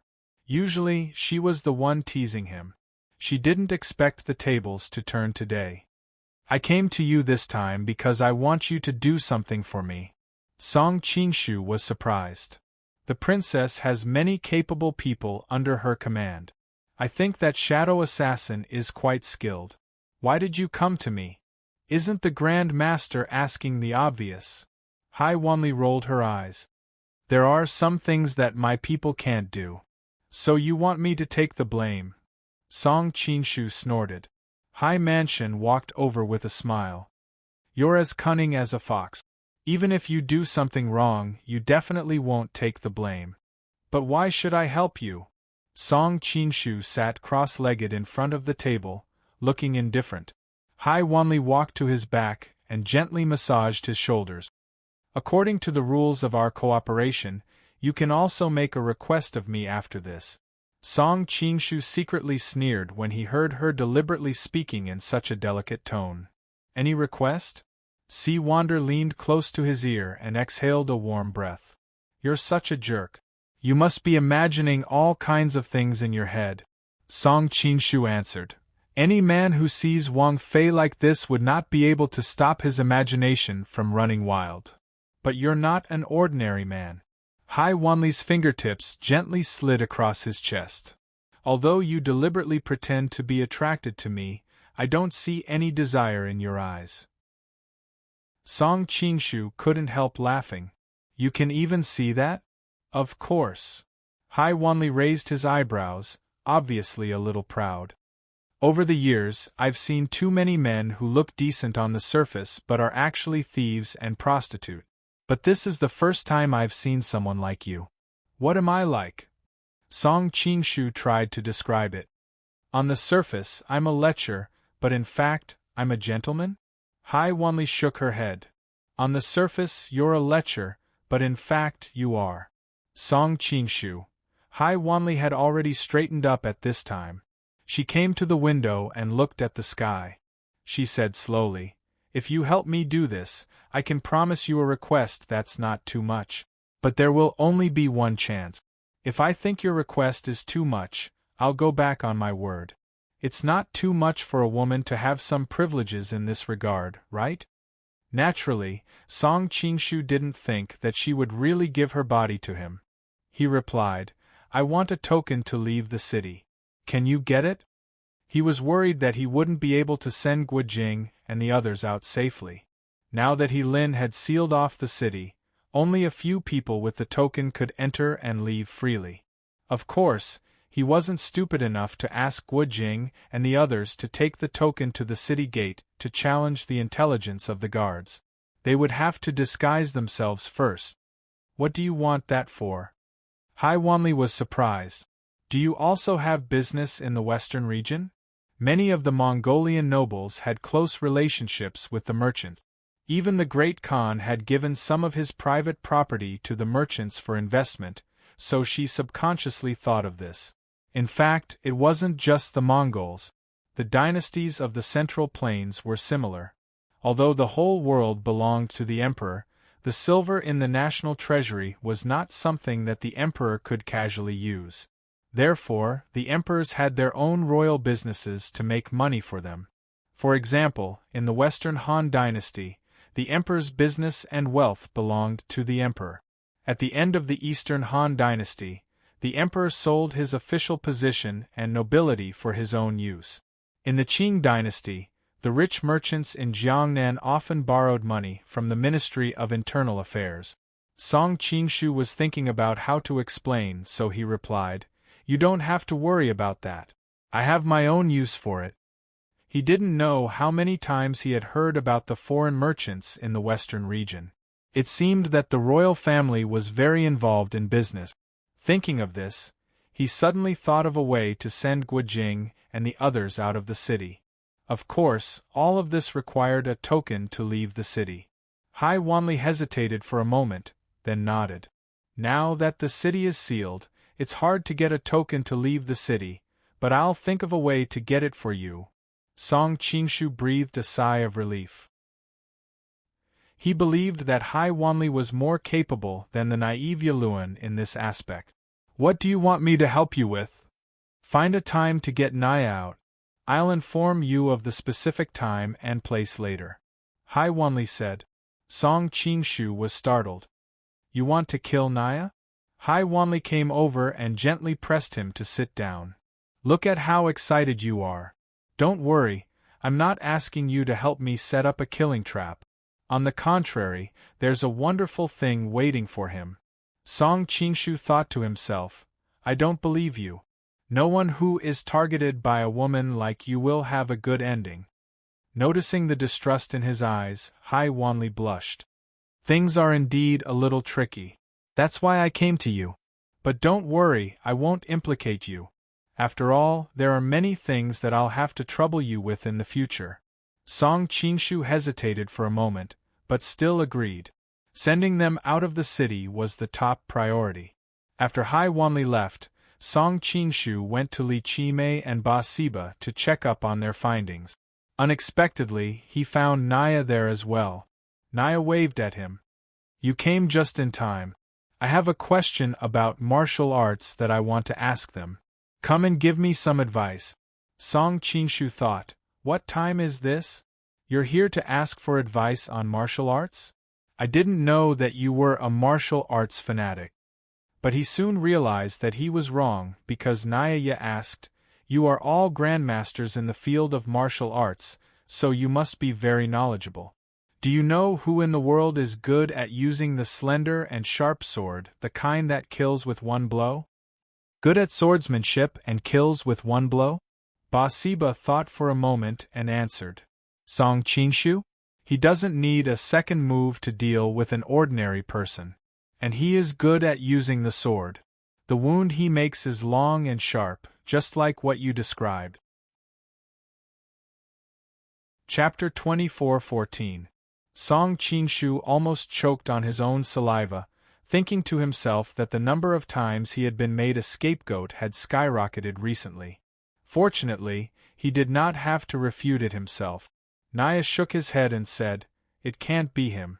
That person's kung fu is not as good as his, and he used a real sword, not sword chi." Beside him, Li Qimei thought for a while and replied, "Besides Song Qingshu, the most famous swordsman in the world is Feng Qingyang of the Huashan sect. But it is said that he fell after a battle with Dongfang Bubi, and his fellow disciple, Ling Hu Chong, received his teachings." "Ling Hu Chong?" Naya asked thoughtfully, "Anything else?" Li Qimei was in charge of the masters under Temujin's command, so he was very familiar with the stories of the martial arts world of the Central Plains. The headmaster of the Five Mountains sword sect is also a swordsman. The sword used by Master Mo of the Xiaoxiang Night Rain is long and thin, which is similar to your description. Master Mo? Naya thought for a while and shook his head. It can't be him. I heard that the Bixia swordplay has caused quite a stir in the martial arts world. But if we trace it back to its source, it should be related to Lin Chaoying's swordplay. I even had a battle with this peerless beauty. Her swordplay is both agile and treacherous, so it should be able to cause that kind of wound. There was a complicated look in Li Qimei's eyes as he said this. It was obvious that Lin Chaoying had left an unforgettable impression on him. Song Qingshu was surprised. He knew that the Bixia swordplay was related to Lin Chaoying, but he did not expect that Li Qimei had fought with her. Age and cultivation don't match. Naya murmured to himself. Then does she have any disciples? Li Qimei answered. I heard that there was a disciple called Lin Pingji, but he did not seem to have received the teachings of the Bixia swordplay. Instead, it was Yang Guo from the Fourth Prince's mansion. His footwork is similar to Lin Chaoying's, but he has switched to using a heavy sword and is more like Duguqiubai. Hearing this, Song Qingshu could not help but ask, Have you fought with Duguqiubai before? There was a hint of fanaticism in Li Qimei's eyes. I don't have that kind of ability. I just heard my master mention it when I was young. He is a legend. If I can fight him one day, even if I die at his hands, I won't have to live in vain. Naya, on the other hand, did not share his sentiment. He was more concerned about his own problem. Is there anyone who is more inclined to the style of an assassin? Assassin style? Li Qimei was stunned. It was obvious that a grandmaster like him looked down on assassins. After all, most assassins were unconventional and had natural flaws in their martial arts cultivation. They might be successful in sneak attacks, but they were no match for real masters in a head-on battle. For so many years, the only killer that could catch his eye was the great elder of the Persian Ming dynasty, Old Man Shanzhong. But he still answered Naya's question. As far as I know, the Song Emperor's city department has trained an assassin called Red Dot of the Central Plains. His sword is fast and accurate. Usually, he can only leave a small wound on the target. Song Qingshu was shocked. The identity of Red Dot of the Central Plains was very secretive. If he knew such a person, it could be imagined that the Mongolians had done a lot of intelligence work on the countries in the Central Plains. Obviously, they had been planning to go south for a long time. It's too far from here. Naya asked again.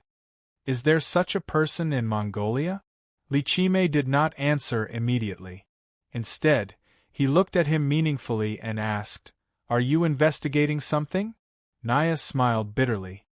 It's not convenient for me to disclose the details for now. Please forgive me. Ba-Siba, who was next to him, opened his mouth. We are both from the Holy Clan. Li Qimei has some things that are not convenient to say, but I don't have such concerns. As far as I know, there is indeed such a master swordsman near Helen City. That is evil King Shi Zhishuan, the descendant of Butian Pavilion Yang Xuyen, also known as the Shadow Assassin. But this person's whereabouts are unknown. He seems to have disappeared in recent years. Song Qingshu's heart skipped a beat. He finally understood why Hai Wanli asked him for help. It must be that Naya Asijche found out something, and she had to kill him. That night, both Heezer and Nachan died. Was it Hai Wanli's doing? But no matter what, Naya was the commander of the Jie Shui army. He was in charge of Temujin's guards. How could he be killed so easily? No matter how powerful Hai Wanli was, killing such a person would not be easy to deal with. Hearing about the shadow assassin, Naya's eyes lit up as if he had found the answer he had been waiting for. Can I borrow someone from you? He asked. Ba-Siba smiled. Commander, you are too kind. Just tell me who you need. Naya looked at Song Qingshu. I would like to ask the Shueihua sect to accompany me on a trip. Would you be willing? Song Qingshu had already guessed it. Of course I would be willing. I wonder if they, Li Qimei and Ba Siba, naturally did not stop him. The Shueihua sect had nothing to do here anyway, so they might as well do them a favor. Song Qingshu quickly left with Naya. As if sensing his confusion, Naya said, "This time I am going to find evil King Shizhishuan to ask about Yang Xian. Facing that madman, I will feel more at ease with a master like you by my side." Commander, you are also one of the top masters in this city. Why are you so afraid of Shizhishuan? Song Qingshu asked curiously. Naya waved his hand. You are flattering me. Although my martial arts are not bad, compared to Shizhishuan and the rest of you, there is still an obvious gap. Shizhishuan is the leader of both Butian Pavilion and Flowery sect. His movements are very strange, and he is best at ambushing people. Also, because of his unstable mood, he attacks without warning, making it hard to defend. After a while, he leaned over and added in a low voice, "A few years ago, there was a Qianhu who somehow offended him, and he killed him on the spot. This matter was quite a big deal at the time, but in the end it was left unsettled. I don't want to be that unlucky." Song Qingshu nodded. If he were in Naya's shoes, he would probably be afraid as well. While the two were chatting, an arrow suddenly shot towards them. Although Naya's words were modest, his martial arts were not weak at all. He caught the arrow in his hand in one swift motion. At this time, a few barbarians shouted and rushed over with machetes in their hand. Unfortunately, before they could get close, they were quickly subdued by Naya's soldiers. Naya walked over with a gloomy face, and looked down at the barbarians who were pressed on the ground. Naya, you will die a horrible death. You stole our property, took our wives and daughters. The barbarians spoke with a thick accent. Although Song Qingshu only understood a few words, he could roughly understand what they were saying. Before they could finish, Naya chopped off their heads and said coldly, "Assassinating a court official in public is a crime punishable by death." Wiping off the blood on his machete with the clothes of the corpses on the ground, Naya walked back. Seeing the stunned look on Song Qingshu's face, he put on his previous smile and said, "They are barbarians from the west. They used to follow Chilowan's path.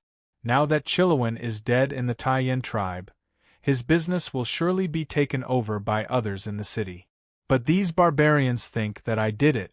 I am really wronged." Song Qingshu forced a smile and said, "They asked for it." Before, Song Qingshu had seen Naya's kind face and thought he was a good person. But he did not expect him to be so evil. Naya continued, "If you're interested, I'll give you some shares. The nobles in this city have a lot of businesses.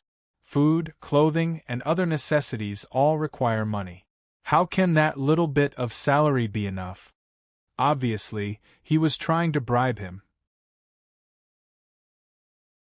Chapter 24:15. That was why there were 4 things in life. They carried guns together, went through windows together, shared dirt together, and had sex together. Cough cough. Now that Naya had invited Song Qingshu to do business together, it was obvious that he was the third of the big 4. The relationship between the two instantly warmed up. Along the way, they put their arms around each other's shoulders and almost became sworn brothers on the street. When they arrived at the Thunder Palace, Naya requested to see Kubilai under house arrest. This was indeed a mission given to him by Temujin, and it was not a fake imperial edict. Kubilai was also very depressed. He had been on a roll recently, but that night when he went to his sister-in-law's place, not only did he not get anything, but he also got himself into trouble. Now, he was punished and locked up, and most importantly, there were people checking on him? Naya saluted. "I hope your highness does not mind, this is just a formality." Kubilai snorted and couldn't be bothered to reply. It was obvious that he was still suppressing his anger. Naya pretended to watch for a while and then left. He wanted to find a chance to ask Shirjishwan, but he ran into Consort Chabi, who was rushing over. Although Princess Chabi was not as seductive as Hai Wanxing, nor as elegant and dignified as Princess Yaluan, she was still a beautiful woman. However, she was not as spirited as she usually was. Her eyes were red and slightly swollen.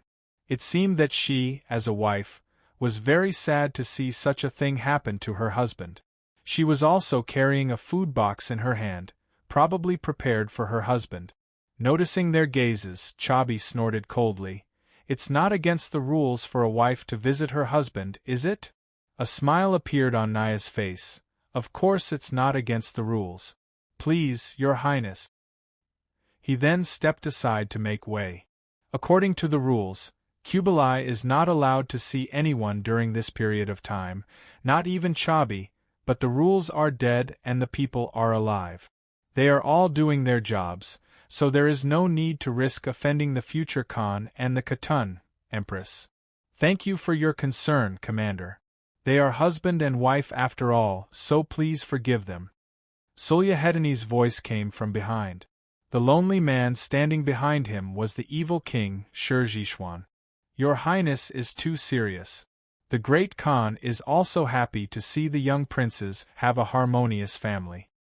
After exchanging a few pleasantries, Naya revealed the purpose of his visit.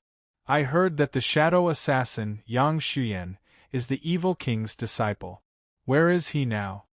When he mentioned Yang Xuyen, Song Qingshu noticed that Sulutini's pupils shrank, but he soon returned to normal. Yang Xuyen?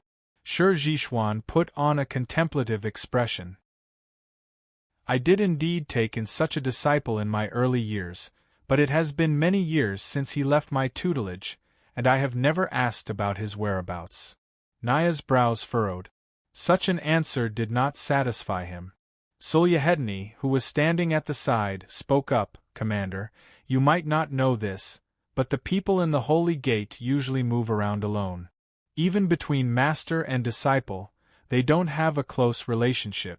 In fact, they might not even come into contact with each other.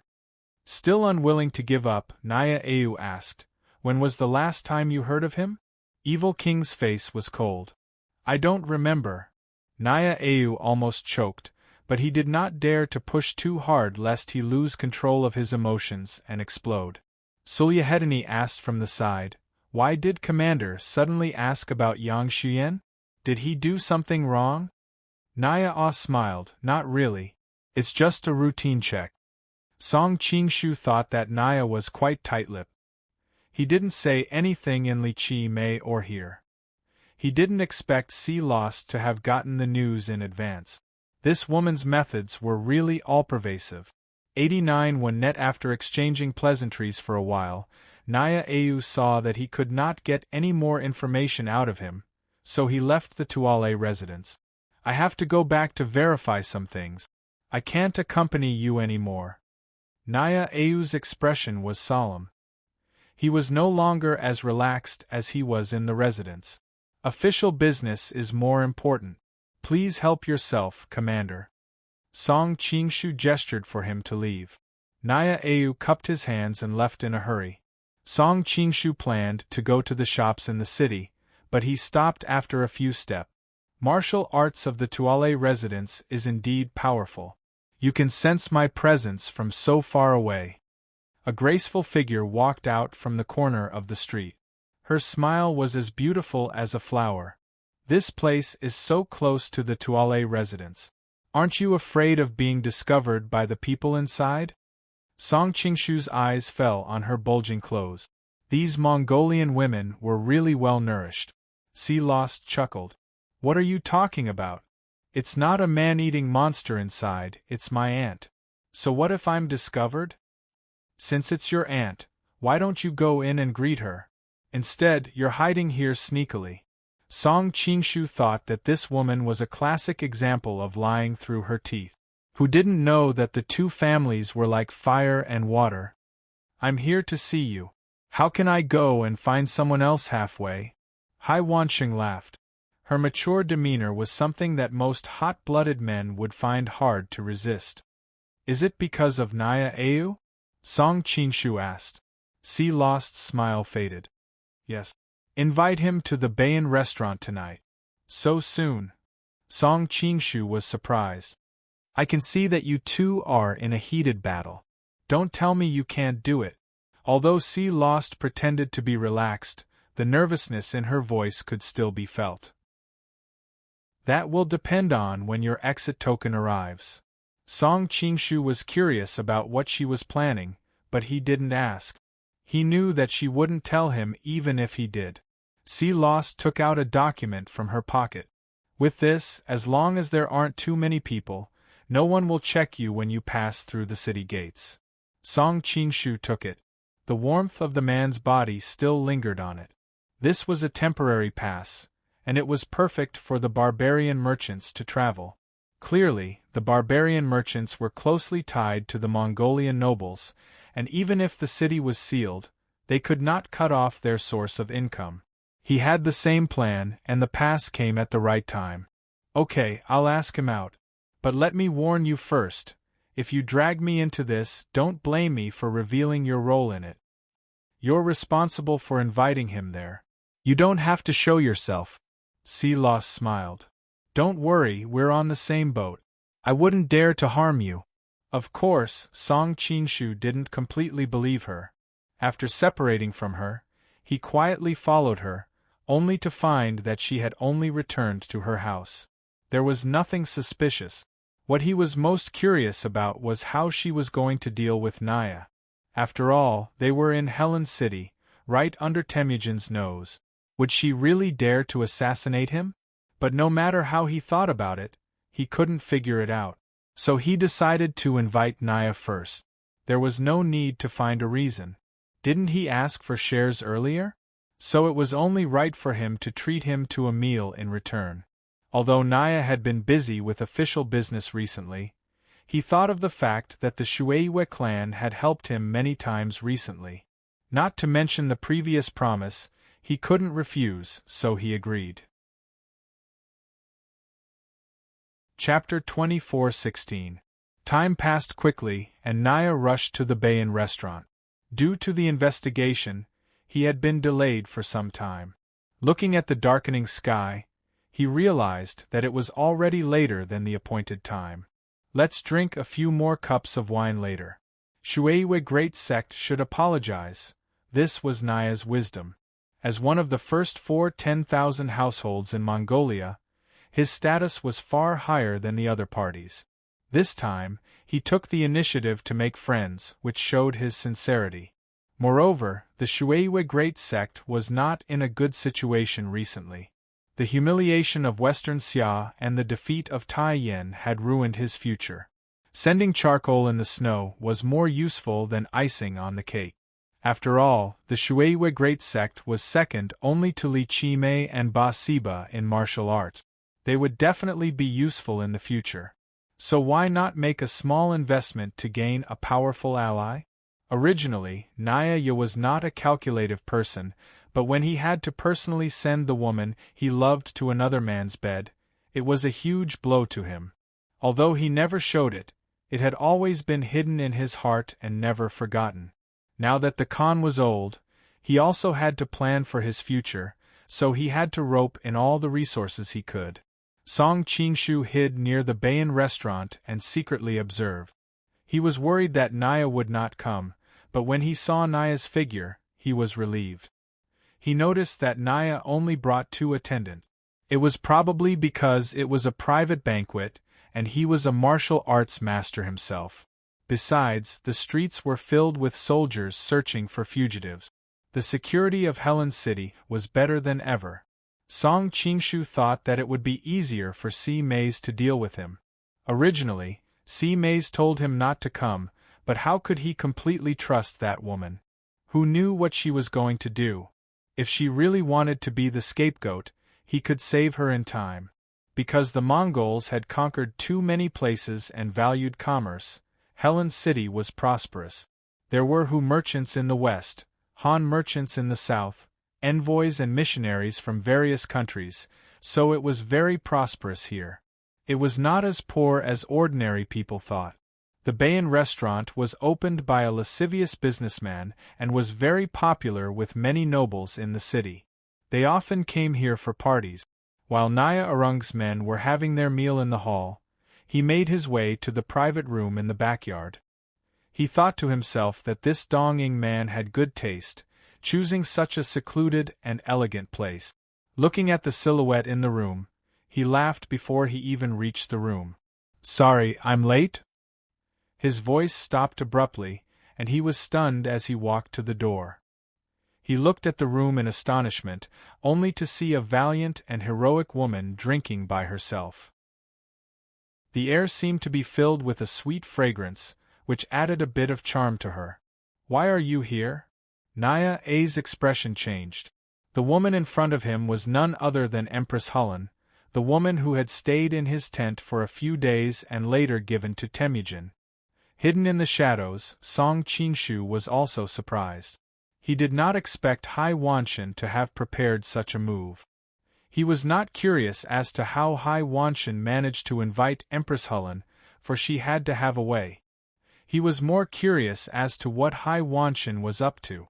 The two had indeed had an ambiguous relationship, but didn't Temujin later examine the goods and prove her innocence? Was Hai Wanshan going to reverse the verdict? Hearing Naya's question, Empress Hullen looked at him strangely. Perhaps it was because of the alcohol, but her cheeks were a little redder than usual. She looked less heroic and more beautiful. "Didn't you ask me to come?" Naya Arung thought of something. His expression changed, and he turned to leave. But when Empress Hullen saw his reaction, the emotions she had been suppressing for so many years erupted. Her voice was tinged with resentment. "Am I so scary in your eyes?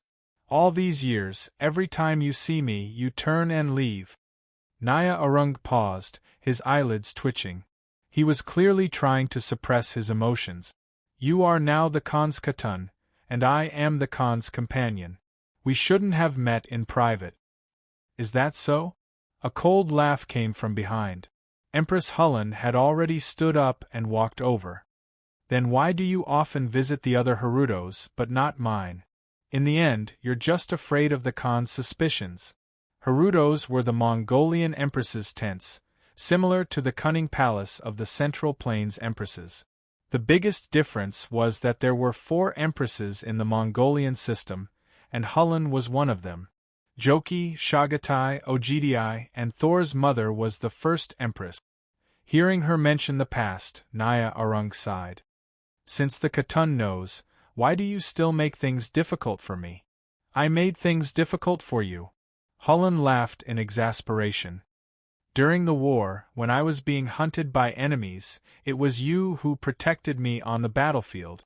You were so high-spirited and heroic back then. Why are you so timid now? You don't even dare to look me in the eye." Naya Arung could only turn and look at the agitated woman up close. "The past is the past. There's no need to bring it up. You may have forgotten, but I haven't." Hullen bit her lips so hard that it almost bled. "When I was young and ignorant, I fell in love with you the first time I saw you. The 3 days in your tent were the happiest days of my life. I have never forgotten them." Naya Arung was shocked and quickly covered her mouth. But halfway through, he realized it was inappropriate and pulled his hand back. "Don't talk nonsense. If someone hears about it, it'll be terrible. You're still so afraid after so many years. It's not like the Khan doesn't know what happened back then. I've already proven my innocence to him. What are you still worried about?" Hulan stared straight at him. "Don't mention it again." The words fallen red seemed to deeply agitate Naya Arung. "And here I thought you'd be indifferent. What does it feel like to give your woman to another man in bed with your own hands?" Empress Hullen's words were like knives, stabbing into his heart. Naya Arung took a deep breath. "You were never my woman. Don't say such things again." "Is that so?" Empress Hullen glared at him. "In those 3 days, except for the last step, we did everything we should and shouldn't have done. Does it mean nothing to you?" Song Qingshu, who was hiding in the shadows, secretly clicked his tongue. What explosive news! He had heard Zhao Min talk about the past between the two of them. At the time, he thought that Temujin had misunderstood. Who would have thought that the two really had an affair? Was this cheating? Naya had done everything but failed to take the last step. Temujin had taken Empress Hullen's virginity, but all the other first times had been taken by someone else. Who the F***ck was the one who had cheated on who? Chapter 24:17. This time, Naya couldn't care less. He put a hand over Empress Hullen's mouth. Are you crazy? How can you say such things? Hullen struggled to free herself from his hand and sneered. Is this considered nonsense? Naya's expression was uncertain. What's wrong with you today? Hullen shook her head. I don't know. It's been so many years. I thought I had accepted my fate, but seeing you like this today, the way you try to avoid me, I feel wronged. Hearing the sobs in her voice, Naya was moved. Then what do you want me to do? You're the Khan's Kaduan now, one of the most powerful women in the world. Before he could finish, Hullen interrupted him. But that's not what I want. Then what do you want? Naya was really anxious now. The current situation had him on edge. You know what I want. Hullen gritted her teeth. I asked you to take me far away, but you refused. What if I ask you again? Naya shook his head. You've followed the Khan all these years. You should know how powerful the Mongols are now. We couldn't run back then, and we can't run now. Empress Hullen smiled sadly. I knew it would be like this, but you didn't even try to lie to me. Even Song Qinshu, who was hiding in the shadows, felt wronged on Naya's behalf. He had never understood why some women would rather listen to sweet words that they knew were lies, and not be happy when the truth was told. Naya said, You and I both know that's impossible. What's the point of saying all this? Why not? Hullen said agitatedly. The Khan has many wives and concubines in his palace. One more and one less doesn't matter. A few years ago, General Juktai made a great contribution, so the Khan gave him Yubahe. Why can't we do the same? Juktai is only 1,000 household, but you're already a 10,000 household. Naya said, Yubahe is just an ordinary concubine, and you're already a Kaduan. Everyone knows you're the second empress. Why would the Khan give his empress to his subordinate? Hulan said quietly, The Khan hasn't touched me in 2 years. For some reason, Naya's heart was beating wildly. How is this possible? Aren't you the great Khan's favorite? No matter how beautiful a woman is, she's no longer interesting to the Khagan once her novelty wears off. Besides, I'm already old and withered. There are even more beautiful young concubines entering the palace. Why would I be tempted? Empress Hullen's tone was tinged with self-deprecation and sorrow. Seeing her sad face, Naya could not help but comfort her. Who said that? Everyone in Mongolia says that you are the prettiest queen of the Khan. Queen Hullen shook her head. You're starting to lie now. I'm not lying, and this is what I really think. You're also very beautiful now. Naya looked at the woman in front of him from such a close distance, and thought of the feelings they shared in the past. He felt that she was even more beautiful now than she was back then. Really? Empress Hullen looked at him in pleasant surprise, her eyes watery. Naya swallowed, feeling his throat go dry. Of course it's true. Before he could finish, Hulan had already rushed into his arms, her soft, red lips kissing him. Naya shuddered and instinctively wanted to push her away, but when he reached out and touched her voluptuous body, he did not know why he could not bear to part with her. He felt that his whole body was hot and bloated. Unknowingly, he held the woman he loved tightly in his arms, greedily tasting her beauty. At first, he did not dare, but when he heard Hulan mention that the Khan had not touched her for 2 years, he thought that perhaps the Khan really did not like her after all these years. If so, it was not impossible to follow Shu Chitai's example. Song Qinshu couldn't help but frown as he watched Naya carry Empress Hullen into the room. There was something inexplicably strange about this whole affair. How did you do it? he suddenly asked. A coquettish laugh came from behind him. Grand Master, you are too vigilant. When can I get close to you without being discovered? I also look forward to that day, Song Qinshu said coolly. The seductive voice did not need to turn to know that it was Hai Wanli. Hai Wanli's smile was like a flower. She was clearly in a good mood. I am more and more interested in you. Although you are a little ugly, sometimes you have an inexplicable charm. Song Qinshu did not take it to heart. This woman's words could not be trusted. How did you do it? Aren't you afraid that the two of them will see each other? He had invited Naya, and Empress Hulun had been tricked into coming by Hai Wanli. Now that they had met here, it was obvious that this was a trap. That is why I said you don't understand women. Hai Wanli's eyes were full of charm. Naya may be suspicious, but when Hulun sees her lover, especially when he leaves as soon as he sees her, her suppressed emotions will only make her irrational. Irrational things are contagious, and Naya has been led astray by her. Song Qinshu still did not understand. Even if what you say is true, the two of them are at most reminiscing about old times. But now that they are on fire, based on his understanding of Naya, he should not be so impulsive. Hai Wanli grabbed a wisp of air and brought it to the tip of his nose. Don't you smell something sweet in the air? Song Qinshu blinked. You drugged it? But if you leave a trace like this, it will be discovered later. You won't be able to frame Naya. You might even get yourself into trouble. Hai Wanli blinked at him. So you are that worried about me?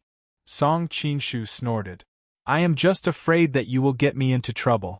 After all, I am the one who came here. Don't worry. Hai Wanli looked at the shadows in the distance. It is not a powerful drug, but a common perfume in the western region. It just has a small effect of amplifying love and longing. As long as they do not have feelings for each other, it does not matter how much they smell it. Just like you smell it now but you have no reaction. They were in love back then, but Hulun was worried that she would kill Naya, so she offered herself to the Great Khan. Naya has always blamed himself for this, and could only suppress everything in his heart. The two of them are like two barrels of long-suppressed gunpowder. All they need is a spark to ignite it. Seeing the excitement on Hai Wanli's face, Song Qinshu could not help cursing in his mind. What a perverted woman! Chapter 24:18. When Song Qinshu arrived at Destiny Cult's secret base, he first found a secluded spot to remove his mask and change his attire. He could be said to be very familiar with the process now. To make things more convenient, his clothes were usually double-sided. If he flipped them over, it would be the same as him changing into a new set of clothes. It would save him the trouble of carrying a bag around at all times. When she saw him, Dan Yuru went up to him with an excited expression. She looked like a girl who was 16 or 17 years old. Limacho was much more reserved. She only laughed coldly by the side, and the words adulterous couple were written all over her face. Song Qinshu exchanged greetings with the group before he stated his intentions. Tonight and tomorrow there will be a huge commotion in Helen City. We have to seize this opportunity. I will send you out of the city tomorrow morning. But the security outside is tight. How are we supposed to get out? When Fu Yaohong saw her most prideful disciple surrounding Song Qinshu like a young girl who had just awakened to love, she was incredibly worried. It had to be known that Dan Yuru was the most talented disciple in the sect over the past 1,000 years. She had cultivated her charm arts to the highest realm, and even Fu Yaohong could not compare to her. This sort of woman was destined to make all living creatures fall head over heels and bring disaster to the country. Only men would surround her, and she would toy with all the men in the world. Why was the tables turned now? It had to be known that while the power of charm arts was great, once a person truly fell in love and was countered, they would end up as the other person's slave. Song Qinshu did not know that there were so many thoughts flashing through her mind at that moment. When he heard her question, he answered. While most people are restricted from going out of the city, that does not include the barbaric merchants. Enweed faction and destiny cult have been rooted here for many years. It won't be difficult for you to turn them into barbaric merchants. Fu Yaohong said hesitantly. It won't be difficult for us to get them the attire of a barbaric merchant, but the problem is that all the barbaric merchants who leave the city have an exit order issued by the government. There are plenty of upper-class nobles behind each barbaric merchant, which is why they can get this order. But over the years, we haven't been able to join them. Without this order, we can't leave the city even if we pretend to be barbaric merchants. Song Qinshu smiled faintly and brought out a blank order from his bosom. The seal had already been stamped on it. They only needed to fill in the corresponding barbaric merchant's name and number of people. Fu Yaohong was shocked. Why do you have this token? It had to be known that there were plenty of people in the city who wanted to get a warrant like this but could not.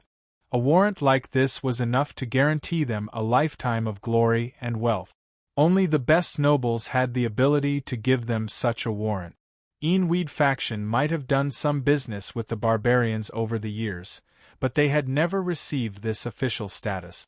Dan Yuru's eyes were shining, thinking that Prince Song was really a man full of miracles. You don't have to worry about how I got them. I wonder if Sect Master has a way to make them look like who merchants before daybreak? Song Qinshu asked. Fu Yaohong took the token and giggled. The hardest thing is this city exit token. Everything else is easy. Seeing her reaction, Song Qinshu heaved a sigh of relief. Then, Fu Yaohong went to instruct her subordinates to prepare the necessary outfit. Hong Qigong and Zhou Batong expressed their gratitude to him, but Yang Guo's emotions were the most complicated. He sat by the side coldly and did not want to appear too friendly. Li Macho could not bear to see Dan Yuru being so intimate with him, so she sat by Yang Guo's side and started chatting with him. She was unfamiliar with this place. People like Guo Jing and Hong Qigong were people who could not coexist with the righteous and evil paths in the past. She naturally felt uncomfortable when she was with them. As for the old urchin, Zhou Batong, he was like a retarded child in her eyes, and there was nothing to talk about. Yang Guo was the only one she was familiar with. After all, they were from the same sect, and they had been through so many things together. The grudge between them was no longer a big deal. When Song Qinshu saw that there was something off about Guo Jing's expression, he went over and asked, "Brother Guo, what's wrong? You're leaving tomorrow, and you can't bear to part with Princess Huajing?" Guo Jing blushed and said, "It's not that I can't bear to part with her, it's just, sigh, it's an ill-fated relationship. I feel like I'm abandoning her after I've used her. I'm so sorry for her." Song Qinshu said, "After all, this is her home. Let's not talk about the fact that she's under house arrest in the palace. Even if she's rescued, what can you do? Bring her back to Xiangyang or Peach Blossom Island." Guo Jing's expression changed, and it was obvious that he was very conflicted. In the end, he sighed dejectedly, and his whole body was devoid of energy. "Actually, Brother Guo, you don't have to be so distressed. In this day and age, it's normal for a man to have 3 wives and 4 concubines. At worst, you can just marry all of them." Song Qinshu wanted to say, "Look at me," but he still wanted to save face and did not say it out loud. Guo Jing said seriously, "No, they're all devoted to me. How can I treat them like this?" Song Qinshu's admiration for Guo Jing arose spontaneously. Even though he himself could not do it, it did not stop him from admiring this view. "Brother Guo, the situation is urgent. Let's send your master and the others back safely first. We can slowly resolve the other matters later." He knew that with Guo Jing's personality, it was very likely that he would not be able to change his mind directly. However, using Hong Qigong's safety as an example was more effective than anything else. Guo Jing nodded. "That's right. Previously, my master destroyed his cultivation in order to save me. I already feel very guilty. If something happens to him again, how can I live in this world? After finishing his work, Fu Yaohong came back with the supplies not long after. She dressed everyone in Hu clothes and pasted the common Hu beards and hairstyles on their faces. In addition, she taught them some simple Hu language. Although these tasks looked simple, each one of them was very laborious. For example, to make the beards look like the Hu people was definitely a very meticulous job. Together with the other tasks, it was enough to keep them busy for an entire night. At the side, Song Qingshu pointed out some problems with the eyes of an expert in disguise, especially the Hu people's high nose and deep eye sockets. He took out some powder and used the contrast of light and shadow to create a similar effect, which made Fu Yaohong click her tongue in wonder. Prince Song is really a pedant. His ideas are really wonderful. If he systematically learned the techniques of disguise, he would definitely be the world's top disguise master. No, I'm just thinking about it. I don't know anything about disguise. Song Qingshu responded with a simple and honest smile. Dan Yuru's eyes wandered, and there was a hint of an ambiguous smile on her face. Li Macho glared at him fiercely, secretly cursing him for being shameless. However, they tacitly agreed not to expose him. When Song Qingshu returned to King Mink's mansion very late, Princess Yaluan was already asleep. Hearing the noise, she hurriedly got up to check. When she saw that it was him, she relaxed and changed her position on the bed. Looking at him, she asked in confusion, "You go out early and come back late every day. What on earth are you busy with?" "Your Highness, 1 day apart feels like 3 years?" Song Qingshu moved closer to her with a smile. "Bah!" Princess Yaluan blushed and turned her back to him. However, she soon let out a cry of surprise because she felt her body being lifted into the air and found that she was being held in his arms. She couldn't help but turn pale. "What are you doing?" Song Qingshu moved closer to her ear and whispered a few words. Princess Yaluan blushed instantly. "Nonsense. How can I do that? Anyway, you are not heavy. It's not hard to carry you," Song Qingshu said with a smile. One should know that with his current level of cultivation, he could even carry a 500-kilogram boulder without any pressure, not to mention Princess Yaluan's petite body. Princess Yaluan's heart was beating very fast, and her beautiful eyes were about to tear up. "You are such a jerk." But deep down in her heart there was a faint expectation, and her body instinctively hugged him tightly. The next day, just after dawn, Song Qingshu woke up early. Today was a crucial day to send Guijing and the others out of the city, so he had to look after them to be at ease. Chapter 24:19. Where are you going so early in the morning? Hearing the noise, Princess Yaluan opened her eyes in a daze. Her voice was sweet and greasy. As she got up slightly, the silk quilt slid down, revealing a large area of her snow-white arms. Her hair was messy and she looked very lazy. Song Qingshu returned to the bed and sat down. He gently pulled the quilt for her. "I don't want to lie to you. I'm going to do something that's not good for Mongolia. Telling you will only make you more troubled." Princess Yaluan rolled her eyes. "Now you're telling me this? Are the things you do to me every day beneficial to Mongolia?" Once she finished speaking, she blushed. She did not expect that she would say such bold words. She must have been led astray by him over the past few days. When she thought about how he hugged her last night, her heart still raced. This guy's strength and endurance were too good. Brother Meng might have a good body, but if he kept hugging her like that, she quickly chased away the messy thoughts in her mind. At the same time, she felt guilty. She felt that she was letting down her late husband by comparing herself to them. A smile appeared on Song Qingshu's face. "All right, I'll tell you. You should know why I was injured that day. Today, I'm going to send Guijing and the others out of the city." When she heard this, Princess Yaluan's expression became much gentler. Her lips curled up into a beautiful smile. "What? Aren't you afraid that I'll tell them?" Song Qingshu pulled her into his arms. As the saying goes, a day as husband and wife means 100 days of love. We've been together for a few thousand days. Are you willing to do that? I don't have that many days. Princess Yaluan's face instantly turned red. She could not help but remember the embarrassing scenes from last night when he was hugging her. She quickly pushed him away. Go. Don't disturb my sleep. Song Qingshu pinched her cheeks and didn't dare to delay any longer. He hurried to the Heaven's Mandate sect's hideout. Guojing and the others had already disguised themselves and were about to leave. Fu Yaohong said, "Our identities are sensitive, so we can't personally send you off. Later, just act according to what you did last night." After all, they represented Enweed faction and Heaven's Will cult, and they were worshippers in the Mongolian royal family. Once their identities were exposed, it would be very troublesome if they were implicated. Guojing and the others naturally did not mind, and they all expressed their gratitude to them. Fu Yaohong laughed tenderly. "Little Guozi, when you go back, think about how to recover the Zhou dynasty.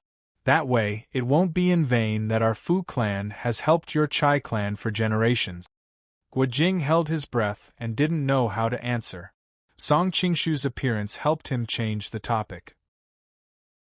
"I'm afraid it won't be convenient for me to show up later, but I'll look after you guys in the dark. If anything happens, I'll help you," Song Qingshu said. Guojing said, "Brother Song, you are also seriously injured, so promise me one thing. If anything happens to us later, you must not take any risk." Hong Qigong also said, "That's right. We're old and frail, if we die then we die. If even you die here, how will the Central Plains deal with the Mongolians in the future?" Zhou Batong chuckled and said, "Don't worry. The old kid and Yanghua are almost recovered now. They should be able to protect them. If they can't, it means that the great Grandmaster has come in person. Even if you come out, it'll be in vain." Yanghua nodded at the side. Both Big Wu and Little Wu echoed to make their presence known. Song Qingshu didn't express his opinion and casually said, "Don't worry, I'll do what I can." At the same time, he pulled Li Macho aside and said, "You should go back with them this time. It's too dangerous here. You should know that the people here are the most lascivious and love to steal women. You're so beautiful, they won't let you go if they like you." Li Macho looked at him with a sneer. "Are they more lascivious than you?" Song Qingshu suddenly choked. Did this woman eat a bullet? Seeing him like this, Li Macho felt a little happy. "Fine. Anyway, Miss Ren was worried about you, so she asked me to come over and help you. But I see that you're doing well here and don't need anyone's help, so there's no point for me to stay here. I might as well go back and tell Miss Ren that I'm safe." Song Qingshu cupped his hands and said, "Thank you, miss. From the Taiyan tribe to the Helen tribe, you've helped me a lot. I'll always remember this kindness." "Who are you calling miss?" Li Macho rolled her eyes at him.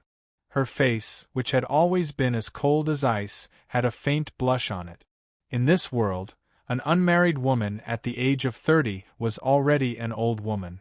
The way he addressed her reminded her of her youth. Song Qingshu laughed and said, "You're so beautiful. You've always been like a young girl. Now, the time and place are not suitable. When we meet again, I'll definitely thank you properly." "I don't need your thanks." Li Macho snorted. Just as she was about to turn around and leave, she paused and added, "Next time, remember to change your clothes. There's still the smell of other women's powder on you." Song Qingshu was surprised. No wonder she looked like she was shot when she saw him. So this was the reason. He couldn't help but sigh at his carelessness. He actually made a mistake like this. If someone noticed that the powder on him was the same as Princess Yaluan's, it would be a big problem. Next, the group of people slowly drove the carriages towards the city gate with the goods they had prepared. Song Qingshu followed them from a distance. When they arrived at the city gate, the soldiers checked their exit passes. Seeing that there was nothing wrong with them, they waved their hands and let them go. Yang Guo and the others looked at each other and breathed a sigh of relief. Even Song Qingshu relaxed. Just as the group was about to drive the carriages out of the city, an official wearing a general's armor suddenly came down from the top of the city wall and said, "Wait, you don't look familiar. Which lord are you doing business with?" Everyone broke into a cold sweat. How would they know any Mongolian lord? Yang Guo did not care about these things in the recruitment hall and knew very few people. Although Guo Jing knew some, they were all from the previous generation. What if he casually said something and the other party verified it? Fortunately, Yang Guo reacted quickly and said in a strange accent that he learned last night, "Who are the lords behind us? Is this something you can ask?" The general was also taken aback for a moment, then immediately reacted. Those who could get the exit pass at this time were all powerful figures, and these people were hiding behind the scenes because they did not want to show off. "I was rude, please." The general waved his hand, motioning the others to move aside. Everyone breathed a sigh of relief. Even Dao and Xiaowu, who had always been determined to go against the dark, admired his quick thinking. But in the distance, Song Qingshu's expression was solemn, because he found Li Qimei coming over from not far away. "I can't be so unlucky, can I?" While he was praying, Li Qimei's feminine voice sounded, "Wait! I forgot to upload the manuscript the day before yesterday. As a result, I haven't updated for 2 days. I'm really sorry." Chapter 24:20. Yang Guo and others secretly complained. Why did it come again and again? Was there no end to it? Seeing that they were only a few steps away from the city gate, something happened again. Li Qimei walked over in an enchanting manner and circled around the crowd a few times. Her eyes kept sweeping across the crowd and finally fell on Big and Small Wu. "Are you too nervous?" Big and Small Wu's palms were full of sweat. They wanted to answer, but they were not proficient in the Hu language they learned last night. Now they were nervous and forgot it. Yang Guo reacted quickly and immediately came over with a smile. "They have not seen much of the world, so when they saw a senior official like you, they were a little excited and speechless." Although Big and Small Wu were confused, they knew that Yang Guo was definitely helping them at this time, so they nodded and cooperated. Li Qimei said, "Oh," and finally looked at Li Macho. He couldn't help laughing. It's rare to see such a handsome man among the Hu people. Li Macho frowned.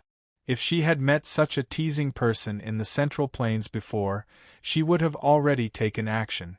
But now it was a matter of great importance, and the other party's martial arts were unfathomable. She could not bear to spoil the big plan. Yang Guo explained, "This is my sister. She usually helps with the business. If you like her, you can take her as a concubine. This is the blessing of our family." Li Macho couldn't help but be furious. She was about to lose her temper on the spot when she saw Li Qimei waving his hand in disgust. "I'm not interested. You can go." Only then did Li Macho's anger dissipate. However, when she thought of how this damn transvestite looked at her with disdain, she felt extremely indignant. Could it be that she really didn't have the slightest bit of charm? Why was it that wherever Junior Sister went, all the men would look at her with an infatuated and disgusted expression? Yang Guo smiled apologetically and then called the caravan to go out. Seeing Li Macho's serious face, he thought she was angry with him. He leaned over and said with a secret voice sending, "I just said that to him on purpose. This guy looks like a sissy and I know he doesn't like women. Please don't be offended." Without waiting for the other party to reply, his expression changed, and he hurriedly turned around to meet it with his palm. A hand that was even more beautiful than a woman's silently came over, and when the two palms met, both of them were shocked. Li Qimei elegantly flew back and sneered at them, "All of you have long breaths and light footsteps. Which Hu merchant has so many experts? Capture them all and kill anyone who resists." In fact, when he passed by just now, he had already noticed that this group of people was acting strangely. After circling around them a few times, he was certain that all their previous actions were just to numb them. Yang Guo and the others immediately understood what was going on. They scolded him for being cunning and despicable while they fought against the Mongolian warriors who surrounded them. Although Yang Guo, Zhou Batong and the others were highly skilled, they were weak. Li Qimei's kung fu was not inferior to theirs. Besides, Li Qimei was in charge of capturing them.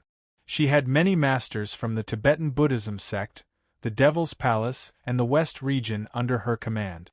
In addition, the city gate was heavily guarded. They had the advantage in numbers. Fortunately, although Guojing had not fully recovered, he could still be considered a fighting force after removing the prohibition. Otherwise, with Hong Qigong's martial arts crippled and Xiaowu's bodies full of injuries, they would have been captured at the beginning. Li Macho, on the other hand, attacked Li Qimei with a frosty face. Obviously, she still held a grudge against him for looking down on her. Although her martial arts were not as good as Li Qimei's, she was the best at adapting to actual combat. Years ago, she was able to successfully capture Lu Wushuang and escape from Huang Yaoshi's hands. Now that she had received the Jade Maiden Heart Sutra from Song Qinshu, her martial arts had improved greatly. Li Qimei did not expect this woman to be so difficult to deal with. He had always been good at movement, but his opponent's martial arts were also quite good. Occasionally, she would shoot out a hidden weapon. Whether it was the timing or the technique, it was like an antelope's horn. However, he was still confident that he could subdue her within 20 moves because there was a clear gap between his and her martial arts. Song Qinshu, who was watching from the side, understood that no matter how good Li Macho's adaptability was, with her current martial arts, she could at most escape from Li Qimei's hands. However, in a direct confrontation like this, she would lose soon. If Li Qimei had not been afraid of her poisonous needles and did not want to be injured, she would have already been defeated. If he had known this, he would have given her more silver needles. Song Qinshu was a little annoyed, but he also knew that it was not easy to find these needles for her in such a short time. Don't fight. Go back to the city and take them to my place. Li Macho was using the ancient tomb's lightness kung fu to deal with Li Qimei's ghostly movements. Hearing this, she could not help but be stunned. They had spent so much energy to rush out of the city, and now they had to go back. Wasn't that a dead end? However, she knew that he would not speak without thinking, so she gritted her teeth and decided to trust him this time. She called out to Yang Guo and the others, "Follow me." After saying this, she released a few hidden weapons to avoid Li Qimei. She took the lead and flew in the direction of the Shuiwesek's residence. Thinking of the key in her pocket, she thought that it was no wonder that guy did not ask for it back. It turned out that he was using it for emergencies. Guojing and the others were trying their best to rush out of the city gates, and when they heard Yang Guo's words, they didn't know how to react. Yang Guo was the one who thought things through. Not to mention the fact that there were more and more soldiers gathering at the city gates.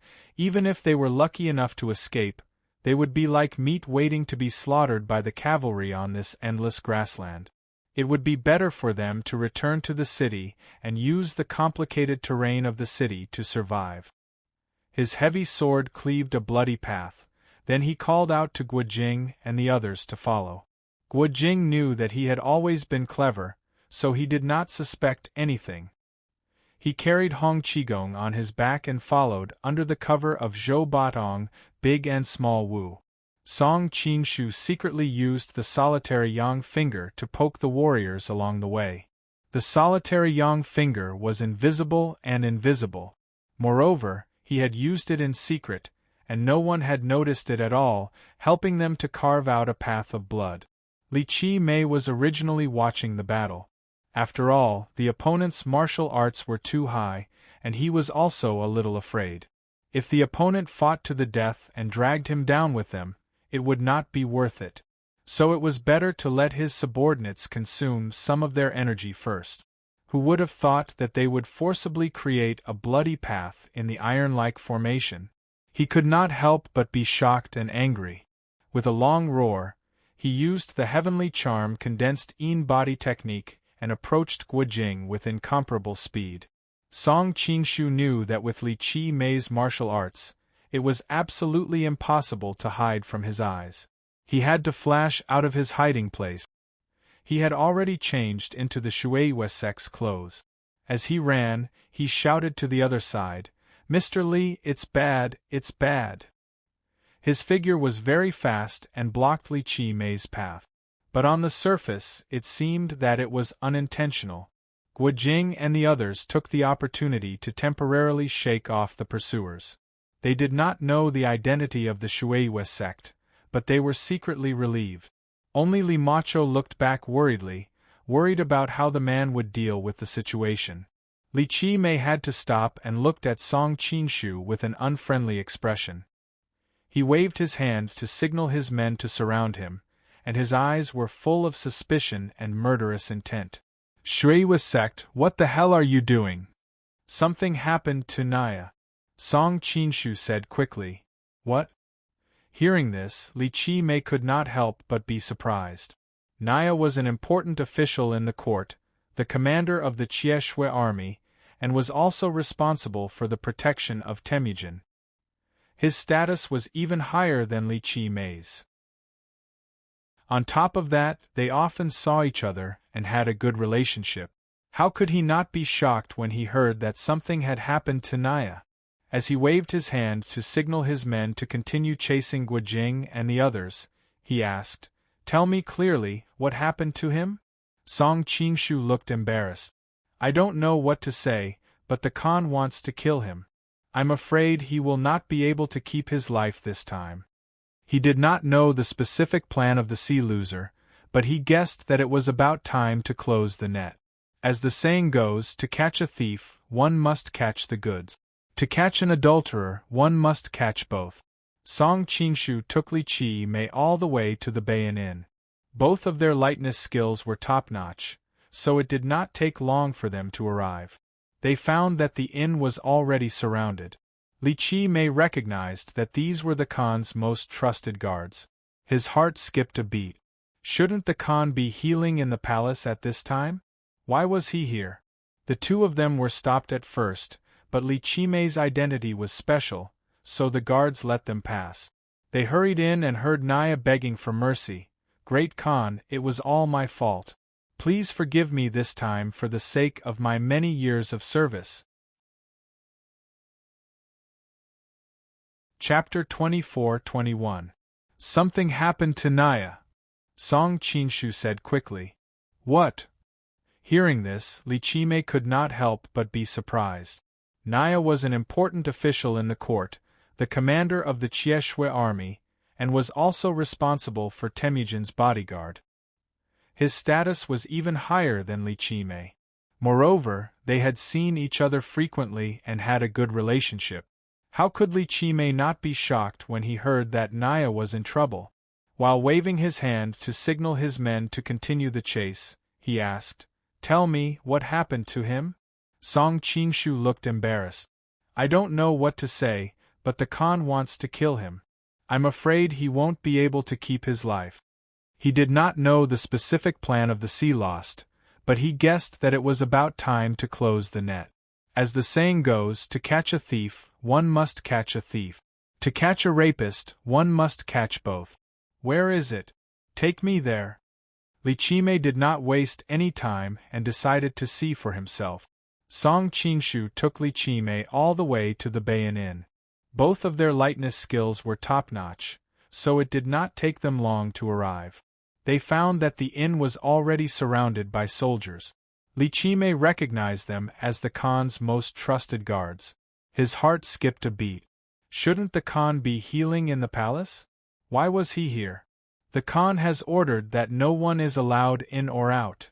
Li Chi Mei was about to go but was stopped by the guards at the door. "Bastard! You don't even know me?"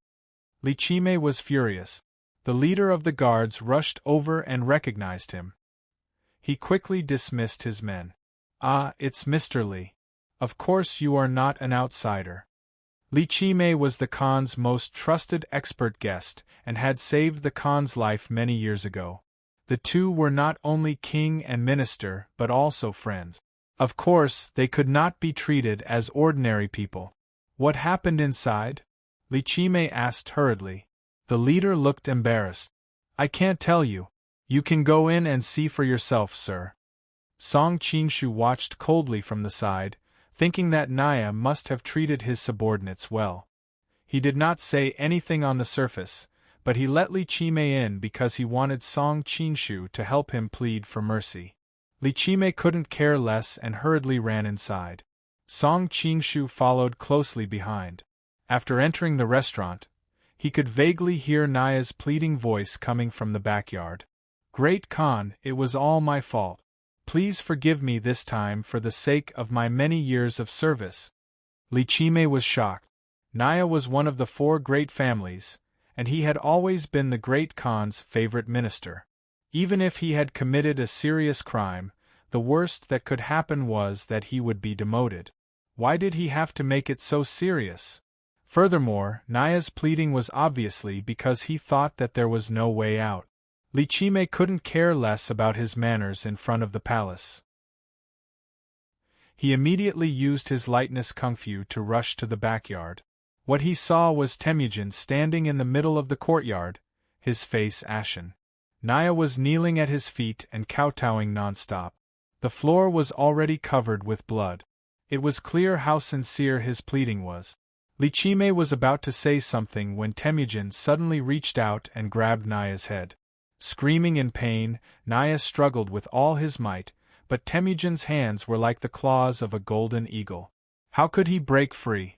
No, don't. As Temujin's trusted follower, Naya knew what this meant after staying by his side for so long. Temujin did not respond at all. He directly used the great art of the Sky Demon. Naya's whole body trembled. At first, his screams were very loud, but later they became softer and softer. Not long after, he stopped breathing. Song Qingshu's eyes narrowed. The scene in front of him was really shocking. Naya was originally a tall and burly man, but now he was visibly shriveled, like an inflatable doll that had been deflated.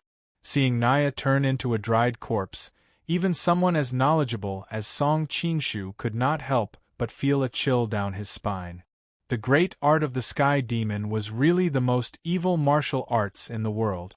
Although the art of the North Sea and the art of absorbing stars also had the effect of sucking away one's internal energy, they basically sucked away one's internal energy and made one lose all martial art. But at least one's life would still be there. But the great art of the Sky Demon not only sucked away one's internal energy, but also one's blood essence. No wonder when Guojing was still in Mongolia, Temujin, who did not know any martial arts, became a grandmaster in just a few decades.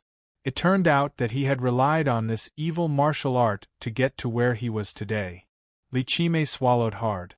Over the years, he had captured many masters for Temujin to enjoy, but they were usually from enemy countries or internal rebels. He had never seen someone as powerful and loyal as Naya. Just as he was about to ask Naya what he had done, a woman suddenly rushed out of the room, followed by several eunuchs and palace maids who tried to stop her. No! The woman ran frantically towards Naya. Seeing that he had turned into a dried corpse, she screamed and fainted. Lichime recognized that the woman was Empress Hulun. Thinking of the rumors about her and Naya and the current location of the inn, he could roughly guess what had happened. He swallowed back the questions he was about to ask. But another question arose in his mind. Did Naya eat the heart of a bear or the heart of a leopard? How dare he touch the woman of the Khan? At this time, Temujin stared coldly at the unconscious empress, his eyes full of murderous intent. But he did not give the order for a long time, clearly hesitating. After a long time, he waved his hand. Take her back. From today on, she is not to meet with anyone without my orders. If anything happens to her during this time, all of you will be buried with her. Yes. The group of eunuchs and palace maids hurriedly carried the unconscious empress back to the palace. After making all the arrangements, Temujin turned his head and looked at Li Qimei and Song Qingshu with a hint of displeasure on his face. Obviously, no man would want to be cheated on by others. Who let them in? Temujin asked coldly. Someone had already stepped forward to report. Li Qimei was startled and tried to speak up for the general, but Temujin ignored him and said, "They openly disobeyed my orders. Kill that man and the soldiers who did not stop them. Let everyone know who will be responsible for such things in the future." Yes. A warrior had already left to carry out the executions. Everyone else in the room was silent. Even Li Qimei felt cold sweat running down his back. The Han had a saying that being in the king's company was like living with a tiger. He had finally experienced it today. Temujin's gaze shifted to Song Qingshu. "I heard that you were the one who brought Naya here last night?" Seeing that everyone was looking at him, Song Qingshu couldn't help but curse the female relatives of Hai Wang. Didn't this woman say that she wouldn't involve him? Why did she still drag him into this? Chapter 24-22. Everyone was staring at him. Song Qingshu's mind was spinning rapidly as he denied, "I didn't ask him to come." In a situation like this, anyone who was involved would die. Naturally, he had to disassociate himself from this. Since Naya was dead, there was no evidence. If you didn't ask him to come, then why did Naya say it was you? Temujin waved his hand, and two of Naya's entourage were pushed over. When they saw Temujin, they cried out in surprise. "He was the one who came to find our general yesterday morning, and the general brought us to Bayan for his appointment." Looking at Temujin's eyes that were gradually turning cold, Song Qingshu replied unhurriedly, "I did go to see Naya yesterday morning, but I only talked with him about the shares that I mentioned before. I didn't say anything else." "Dry shares? What dry shares?" Temujin frowned. Song Qingshu pretended to be hesitant. After a while, he explained haltingly, "Naya promised me to do some business with who merchants." Temujin understood as soon as he heard it. This kind of thing was common among the Mongolian leaders. "I only went to see him to discuss the matter. I didn't ask him to come." Song Qingshu looked at Naya's two entourage. "Did you hear with your own ears that I asked him to come?" "No, we didn't." The two men looked at each other. Naya had arranged for them to wait outside as soon as he arrived. Now it seemed that it was indeed a rendezvous. Song Qingshu continued, "Khan, if you don't believe me, you can ask the owner of the restaurant if I made an appointment here." Temujin gave the owner a look, and the owner confirmed Song Qingshu's story. Seeing that the suspicion in Temujin's eyes had disappeared, Song Qingshu was about to breathe a sigh of relief. Suddenly, a voice came from the side. "If this has nothing to do with you, then how did you know that Naya was in trouble here?" It was Li Qimei, who had been suspicious about the sudden appearance of the Shueiyue clan. "I happened to pass by this morning and heard people talking about Naya. I wanted to go in and help, but when I saw that it was all the Khan's guards, I didn't dare to go in. I wanted to ask you to help." Song Qingshu was also a little nervous. It was hard for him to think of a perfect excuse in such a short time, so it was inevitable that he would leave some loopholes. Li Qimei frowned and did not say anything. It was not difficult to determine that Naya's entourage was captured in the hall. But why did she feel that the whole thing was not right? "You want to save Naya. Are you on good terms with him?" Temujin suddenly asked coldly. Beneath his calm tone, there was a hint of murderous intent. Song Qingshu hurriedly explained, "It's not that great. It's just that if he dies, I won't be able to fulfill the shares he promised me, so I wanted to see if I could save him. If I knew what he had done, I definitely wouldn't have thought of saving him." Temujin snorted coldly.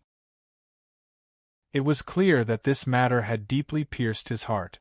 Song Qingshu was worried that these people would keep questioning him and that he would lose if he kept defending, so he took the initiative to divert their attention. "Actually, I think that the Khagan can investigate why Empress Hulun is here. Did she come here voluntarily or was she tricked into coming here?" As the saying goes, it's better for me to die than for myself. That Hai Wansheng almost caused me to be consigned to eternal damnation, so I have to find some trouble for her. Temujin's pupils shrank. His eyes were as sharp as an eagle's. Are you telling me how to do things? Song Qingshu made an apologetic face. I dare not. At this moment, a soldier ran over and reported that Guojing and his group had suddenly disappeared in the northern part of the city. He asked Li Qimei for further instructions. Did you find Guojing and the others? Temujin asked. Li Qimei reported. That's right, this morning they disguised themselves as merchants and wanted to leave the city. Then he briefly explained what happened at the city gate. They actually have an exit token? Temujin was quite surprised, and his tone became even colder. Looks like someone in the upper echelons is helping them. This matter must be thoroughly investigated. Yes, sir. Li Qimei's voice was particularly enchanting. In addition, the northern part of the city is filled with the residences of many high-ranking officials and nobles. I'm afraid it will be difficult to search. Temujin was not in a good mood.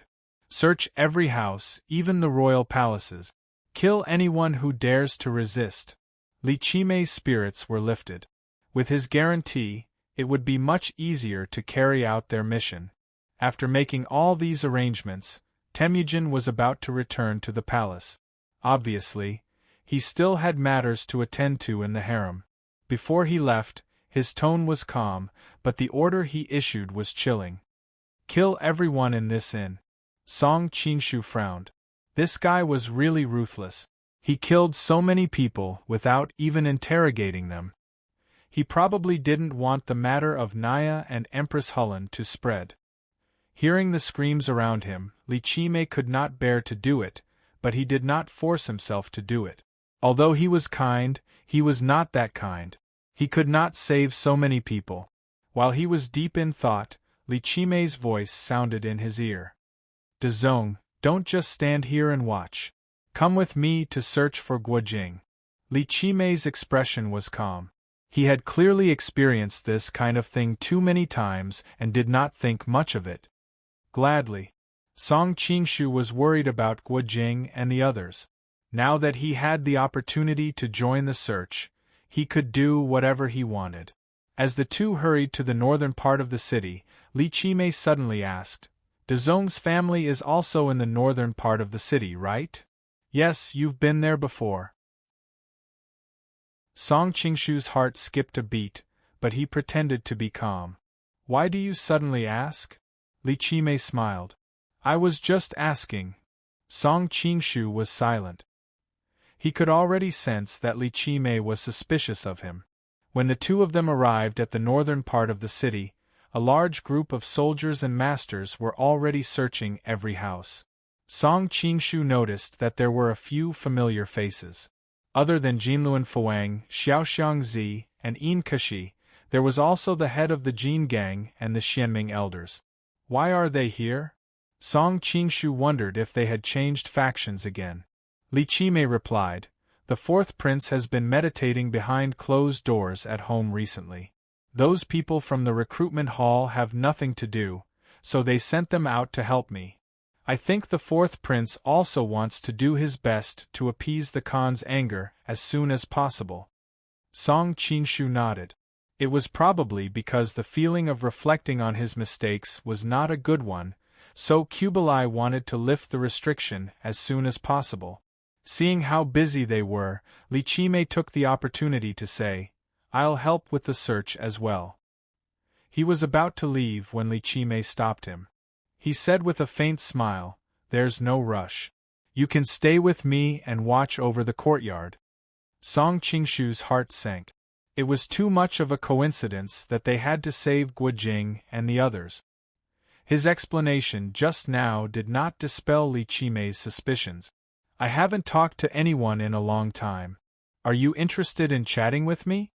Li Qimei's voice was soft and gentle. He had a smile on his face and his skin was fair.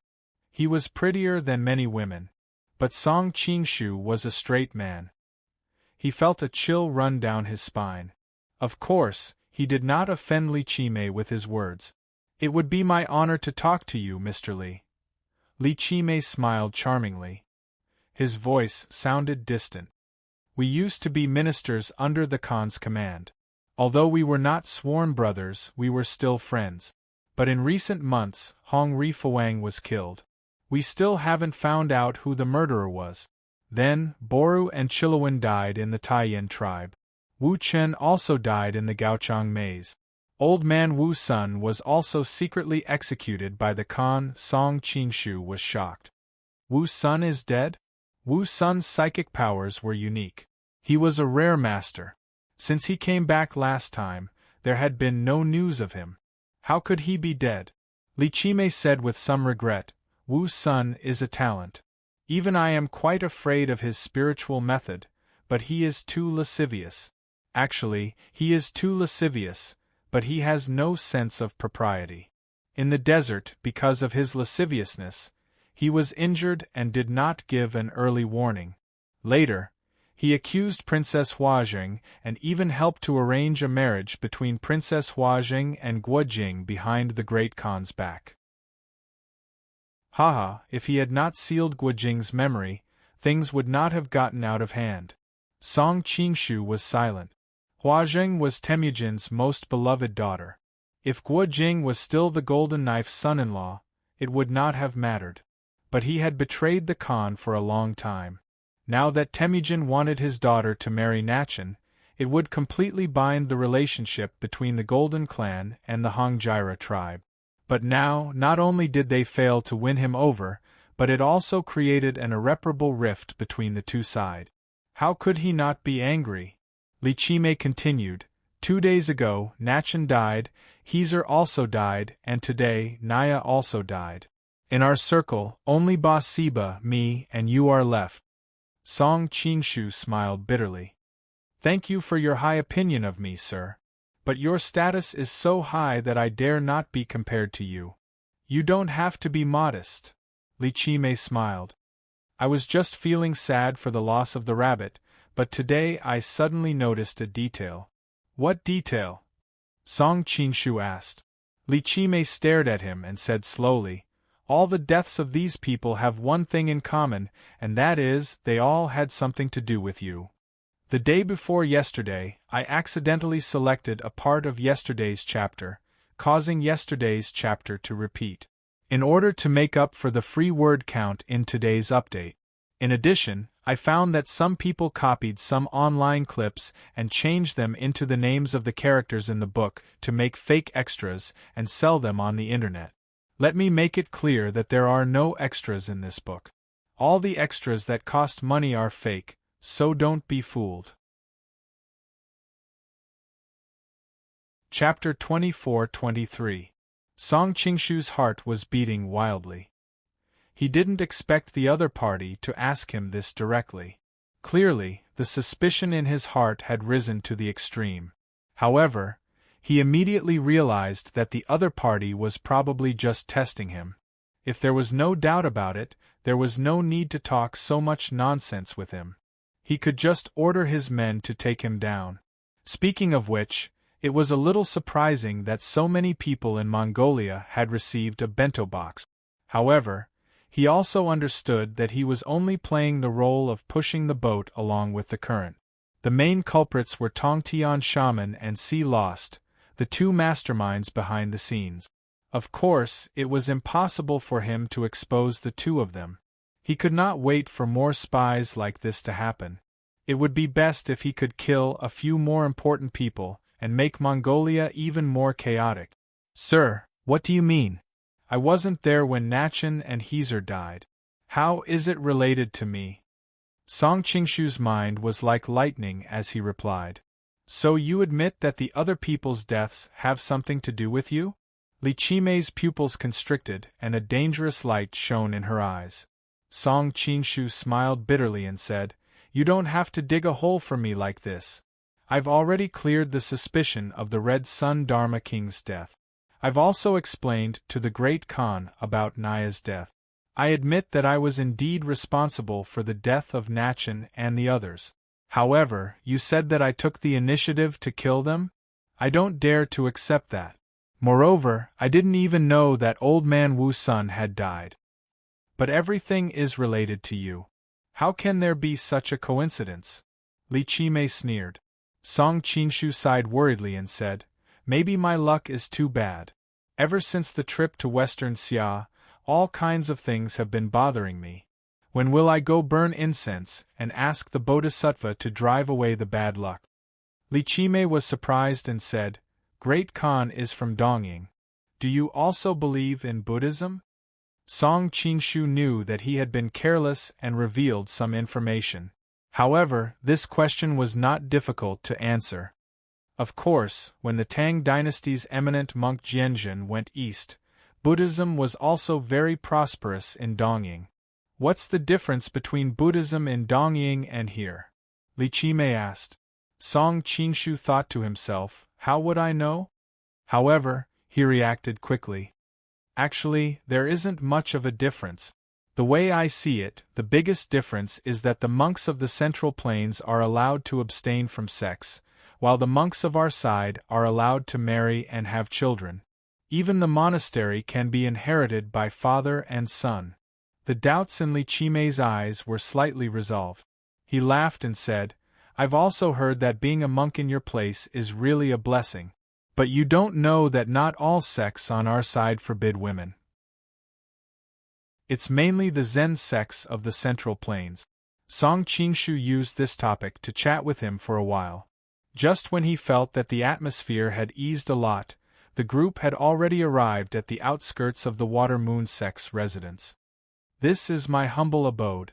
Let me inspect it myself, Song Qingshu said. Li Qimei shook her head and said, Why bother? Just stay here and talk to me. As she said this, she saw the master of the Vajra sect and the Xianming elders nearby. She said to them, You guys go in and investigate. These people weren't his direct subordinate. Even if there was an ambush inside, he wouldn't feel bad about losing them. After all, whether it was Guojing, Yang Guo, or Zhou Badong, he didn't have the confidence to win in a one-on-one fight. Moreover, there were so many of them gathered together. It was good to let these people explore the way. Seeing that there was a chance to make a contribution, the Xianming elders beamed with joy. The master of the Vajra sect, on the other hand, didn't look so good. He thought to himself, my martial arts aren't much different from Li Qimei's. It's all because I joined the Ruyang Palace that I have to rely on others now. However, he didn't dare to say anything now. He responded and went in with the Xianming elders. Song Qingshu frowned and stared at their backs. He wanted to say something but was hesitant. What's wrong? You seem to have a lot on your mind. Li Qimei had been observing him. Song Qingshu forced a smile and said, I'm just worried about being suspected by you. I'm just worried about my future. Li Qimei smiled and said, You've misunderstood. Telling you these things means that I don't suspect you. Song Qingshu thanked him verbally, but he was cursing in his heart. My surname is not yours. You damned transvestite. If you didn't suspect me, you wouldn't have dragged me here and let others search my house. The master of the Vajra sect and the others first ordered their subordinates to block the back door to prevent anyone from escaping. Then, they cautiously entered the house and came out after a while. Surely, there's no one inside. Li Qimei found this a little strange, but his surprised expression only lasted for a moment. He immediately smiled and said, There's naturally no problem with the house of the master. Let's go search other places. As he said this, he pulled Song Qingshu and continued to move forward. Just like that, Song Qingshu followed him and searched countless houses. They were only released when it was dark. Not long after he left, a beautiful white figure floated over. She looked at Li Qimei and said, Sir, why are you looking for me? Li Qimei's gloomy expression instantly turned into a smile. Bingyun, I have something to entrust you to do for me. The woman in white was naturally Jean Bingyun. She did not speak and just looked at him quietly. Li Qimei knew the other party's temperament and did not mind. He said, I want you to help me follow the Shueihua master during this time and see if there's anything suspicious about him. Why do you want to follow him? Jin Bingyun was a little puzzled. I always feel that this person has too many conspiracies. Li Qimei frowned and said, Bingyun, I have many subordinates, but not many people I can trust. Moreover, the Shueihua master's martial arts are very strong. If ordinary people follow him, they will definitely be discovered. Then, there's no point in following him. It's easy to alert the enemy, so after thinking about it, I can only ask you. Jin Bingyun hesitated for a moment before nodding and saying, Okay, but I'll only help you keep an eye on him for 3 days. If there's nothing unusual within 3 days, I won't follow him anymore. Li Qimei knew that her identity was special and extremely difficult to ask. Now that she had agreed, he could not help but be overjoyed. Then I'll leave it to Bingyun. Song Qingshu did not know that he would have an extra tail in the next 3 days. What he was most worried about now was the safety of Guojing and the others. He hurriedly changed his clothes and returned to the house. As soon as he entered the door, he suddenly felt a gust of wind coming from the side. His figure flashed and directly jumped out of the encirclement with a clever body movement. At this time, the people on the opposite side also saw his appearance clearly and stopped fighting. Dan Yuru greeted him with a face full of surprise. Young master, you're back. I've been worried about you these days. Song Qingshu handed the food box in his hand to her to help distribute and said, You must be hungry. Come and eat something. I've been worried that you would go somewhere else. Chapter 24-24. Song Qingshu smiled as he recalled the situation. The master of the Vajra sect and the Xianming elders were preparing to go in and perform a meritorious deed. He looked worried as he watched the backs of the three, but in reality, he was sending a warning telepathically. If you still want the antidote for the 3-corpse brain pill, don't talk nonsense later. He had defeated them several times at the Vulture Palace but didn't kill them. He was worried that his benevolence would lead to a backlash in the future, so he made them take the 3-corpse brain pill to control them. He didn't expect it to be used at such a crucial time. When the master of the Vajra sect and the others heard his voice, they couldn't help but shiver in fear. They were already afraid of him before and saw him fight 3 great grandmasters by himself a few days ago. He was still able to leave unscathed. If they had any thoughts of rebelling before, after that night, they couldn't muster up any thoughts of rebelling at all. Although they didn't know where he was, they didn't dare to disobey his orders. So they sent the soldiers to the back door first before they went in. When they got inside, they stared at Guojing and the others. Yang Guo and the others were ready to make a move, but they said that there was no one inside. Everyone was stunned.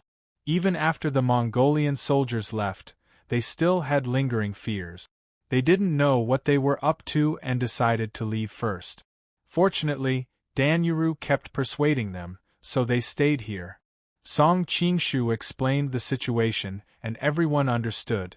Gongsun Lu Yi, who had been with Yang Guo all this time, couldn't help but praise, Brother Song, you're really capable. Even the master of the Vajra sect and the Xianming elders listened to your orders.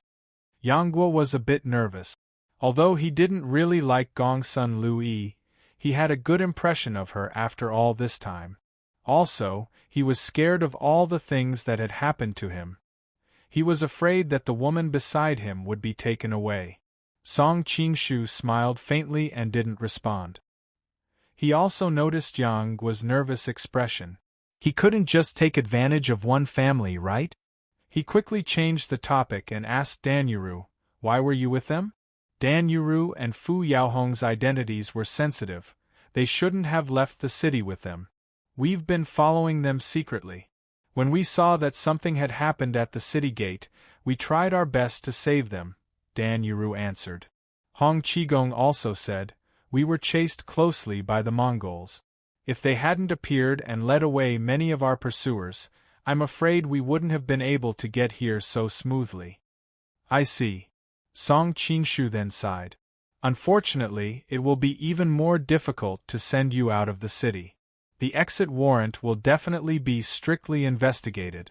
This method is destined to be impossible in the future. Guojing and the others also frowned in worry. It had to be known that it had taken them a great deal of effort to disguise themselves as merchants to leave the city.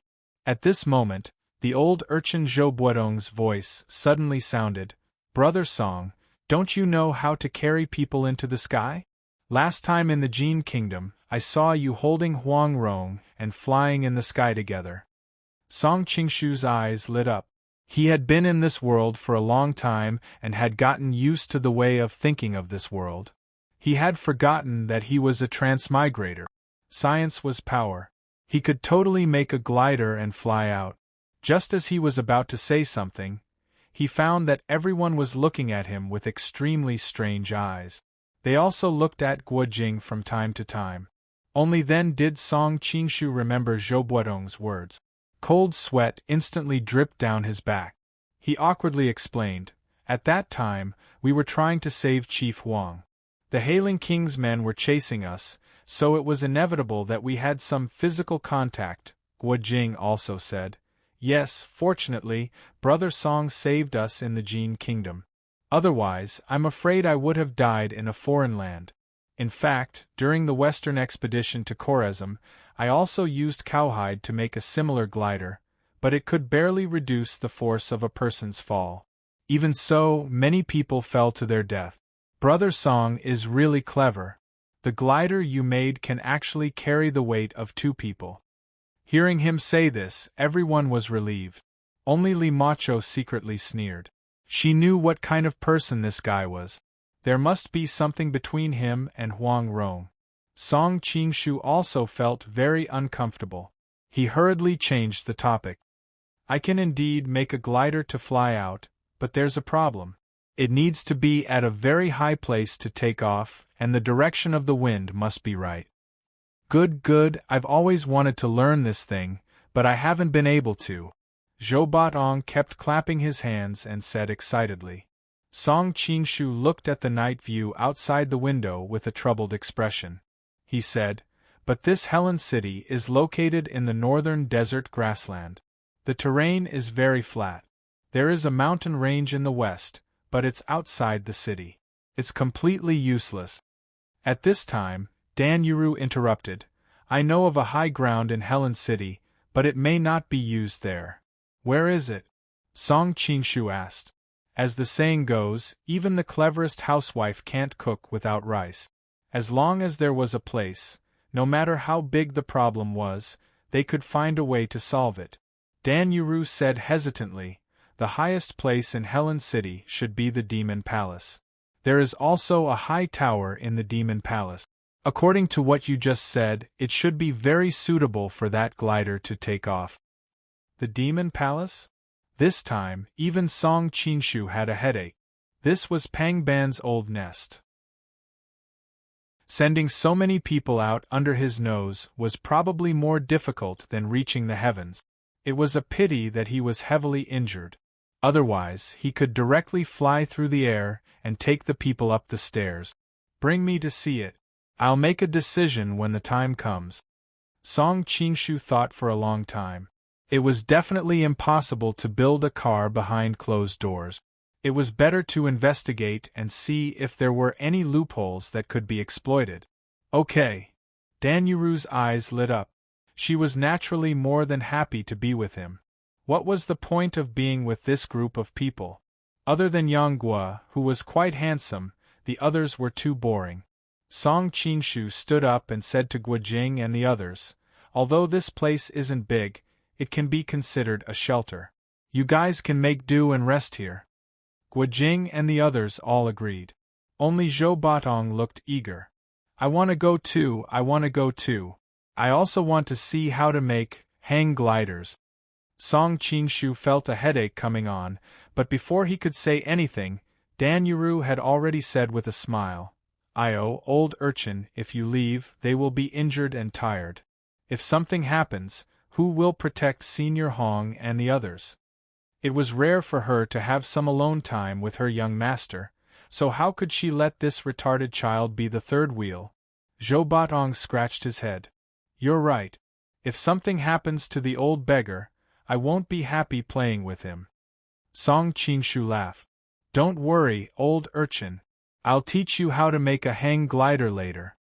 You can't lie to me. No, we have to pinky swear. Zhou Batong stretched out his finger excitedly. Song Qingshu had no choice but to pinky swear with Zhou Batong. Dan Yuru hurried over and purposely held his arm. Before they left, she looked at Li Macho provocatively. Who told this woman to look at him with such a hateful expression? Li Macho's face turned cold. She reached for her soul-freezing silver needles. Unfortunately, she had already used them. When she looked up again, the two of them had disappeared. She was so angry that she almost exploded. She cursed under her breath, "What a shameless couple!" Chapter 24-25. Jin Bingyun was asked by Li Qimei to come to the Shueiyue faction to see what was going on. Before she got close, she saw two figures sneaking out. Seeing the familiar figures, she couldn't help but be startled. It's them? So she followed them quietly. Worried that she would be discovered, she didn't dare to get too close. Along the way, she circulated her internal energy throughout her body and slowed down her breathing for fear of making any movement. On the other side, Song Qingshu felt the soft and bouncy body next to him and couldn't help but say, "Hierarch, you are too close to me. It's mainly to make Scarlet Serpent Deity angry." Dan Yuru smiled and naturally let go of his arm.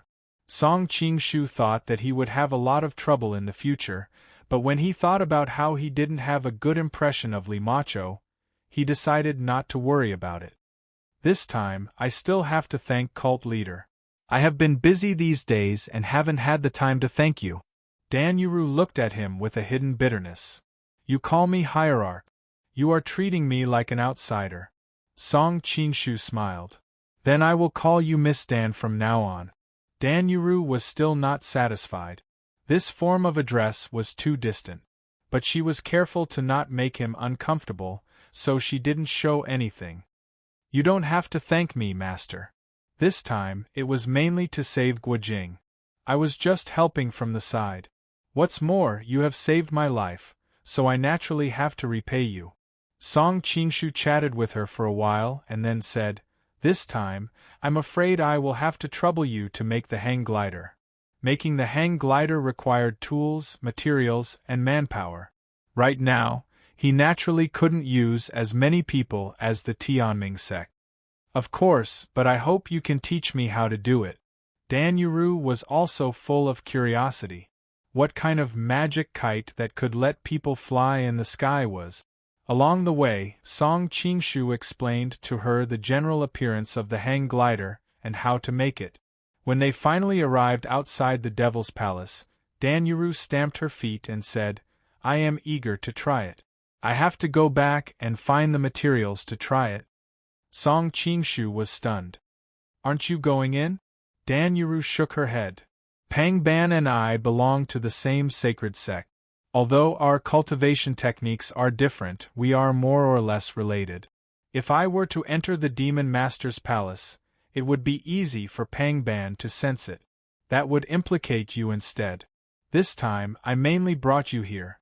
Song Qingshu knew that the 3 sects and 6 schools of the demon sect had a deep relationship, so he did not make things difficult for him.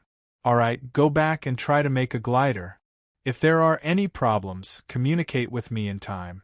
I'll go in and check it out first. Although he was injured, Princess Yaluan had been meticulously helping him heal. Although he hadn't fully recovered, he could still protect himself. Be careful. After Dan Yuru told him, she used her lightness skill and disappeared into the night. Only then did Song Qingshu begin to size up the demon's palace not far away. The demon's palace was black in color, and under the cover of the night sky, it gave off a mysterious and strange feeling. From afar, he saw a tall tower rising from the ground. It was said that many masters of the demon's palace would go to the top of the tower to observe the stars and meditate at night to help themselves achieve a breakthrough in their cultivation. I hope I'm not so unlucky as to encounter Pang Ban meditating inside today. Song Qingshu did not want to raise flags, but it was indeed a possibility. However, he remembered that Pang Ban was injured and should be recuperating in seclusion now. The probability of him appearing at the tower was not high. At most, there would be other masters of the demon's palace. He quietly climbed over the walls of the demon's palace. The demon's palace was infamous, and most people avoided this place. Therefore, there were not as many guards as he imagined. However, there were not a single open or hidden guard. Fortunately, he had maxed out his infiltration skill. Otherwise, he would have been discovered long ago. Song Qingshu arrived at the bottom of the tower. There were 2 guards at the entrance of the tower. Their martial arts were not weak, but this was not a problem for him. He circled to the back, tapped his toes, and flew up. After checking a few floors in a row, Song Qingshu could not help but frown. Every few floors in the tower, there were masters of the demon's palace meditating inside. It was fine if he was alone, but if he wanted to fly out with many people, it would be impossible to not alarm the people inside. Unless he could suppress the masters on every floor at the same time, but was this possible? Song Qingshu observed the surrounding terrain from the top of the tower and recorded the changing of shifts of the demon's palace's open and hidden guards. Only then did he quietly leave. However, just as he left the demon's palace, he stopped and looked at a shadowy corner with a vigilant expression. Your vigilance is too low. You didn't even know that you were being followed for so long. A tall figure walked out from the shadowy corner. His face was masked, but the familiar aura on his body still let people know that he was the Skirich shaman. Song Qingshu's gaze fell on another beautiful figure. It turned out that there was a white figure standing in front of him. Jean Bingyun's shoulder was held by him, and all the acupoints on her body were sealed. The long sword in her hand was only halfway out of its scabbard. One could totally imagine what had just happened. Miss Jean, are you that interested in me? Song Qingshu maintained his distance from them, and did not walk forward. Now that he was injured, it was better to be more vigilant when facing the Skirich shaman. The entire Helen city is looking for you. I didn't expect you to come to the demon's palace? Jean Bingyun's clear voice had an additional trace of surprise. She had followed this figure because she felt that this figure was familiar. She did not know that the other party was actually Song Qingshu. The most dangerous place is also the safest place. Song Qingshu did not want to reveal his true hiding place. He pretended to be suspicious. But shouldn't Miss be more concerned about your own situation now?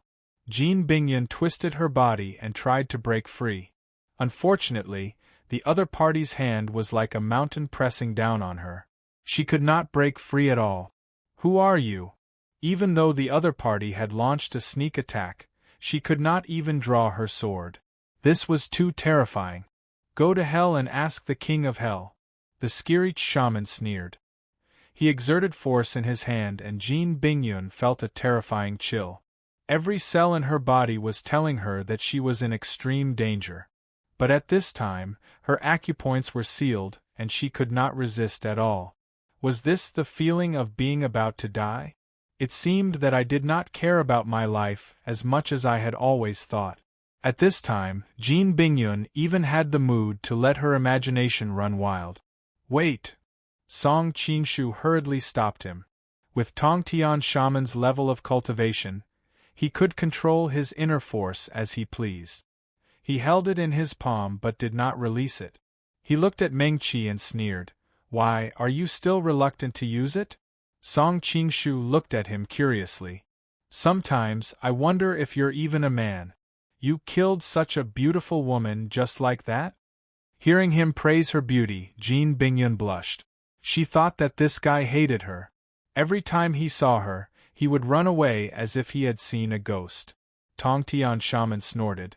If I don't kill her like this, how else can I kill her? You won't learn from those perverts and do that first before killing her, right? If that's the case, I'll look down on you. Chapter 24-26. Of course not. Song Qingshu's face heated up as he thought, is my reputation so bad that I'm actually being suspected of doing such a thing? It's just that Song Mao has always had a tender heart for the fairer sex. It's really hard to watch such a pure and refined woman die in front of me. Song Qingshu sighed. Why, do you want to fight me? Tongtian shaman sneered. Song Qingshu waved his hand. No, I'm injured now and I can't beat you. Jin Bingyun's heart jumped. Listening to the conversation between the two, the person behind her was so powerful that even a great grandmaster was afraid of him. Although Song Qingshu was seriously injured, he was still a great grandmaster. Even if Li Qimei came, she might not be able to stop him. However, he still said that he was not a match for this person. Wasn't the person behind him also a great grandmaster? There were only a few great grandmasters in the world, and the one in Linqing was even more familiar. She had a hint of understanding in her heart. Could it be that person? But such a guess was too shocking. This woman must die today. Tongtian shaman snorted coldly. She saw you and me. I can't let her live in this world. Song Qingshu couldn't help but complain. You attacked her from behind and covered your face. How could she see you? But she has always been smart. It's not difficult to guess my identity. Tongtian shaman said lightly. Jin Bingyun thought it was true. She opened her mouth slightly and wanted to say something, but noticed that Song Qingshu shook his head slightly.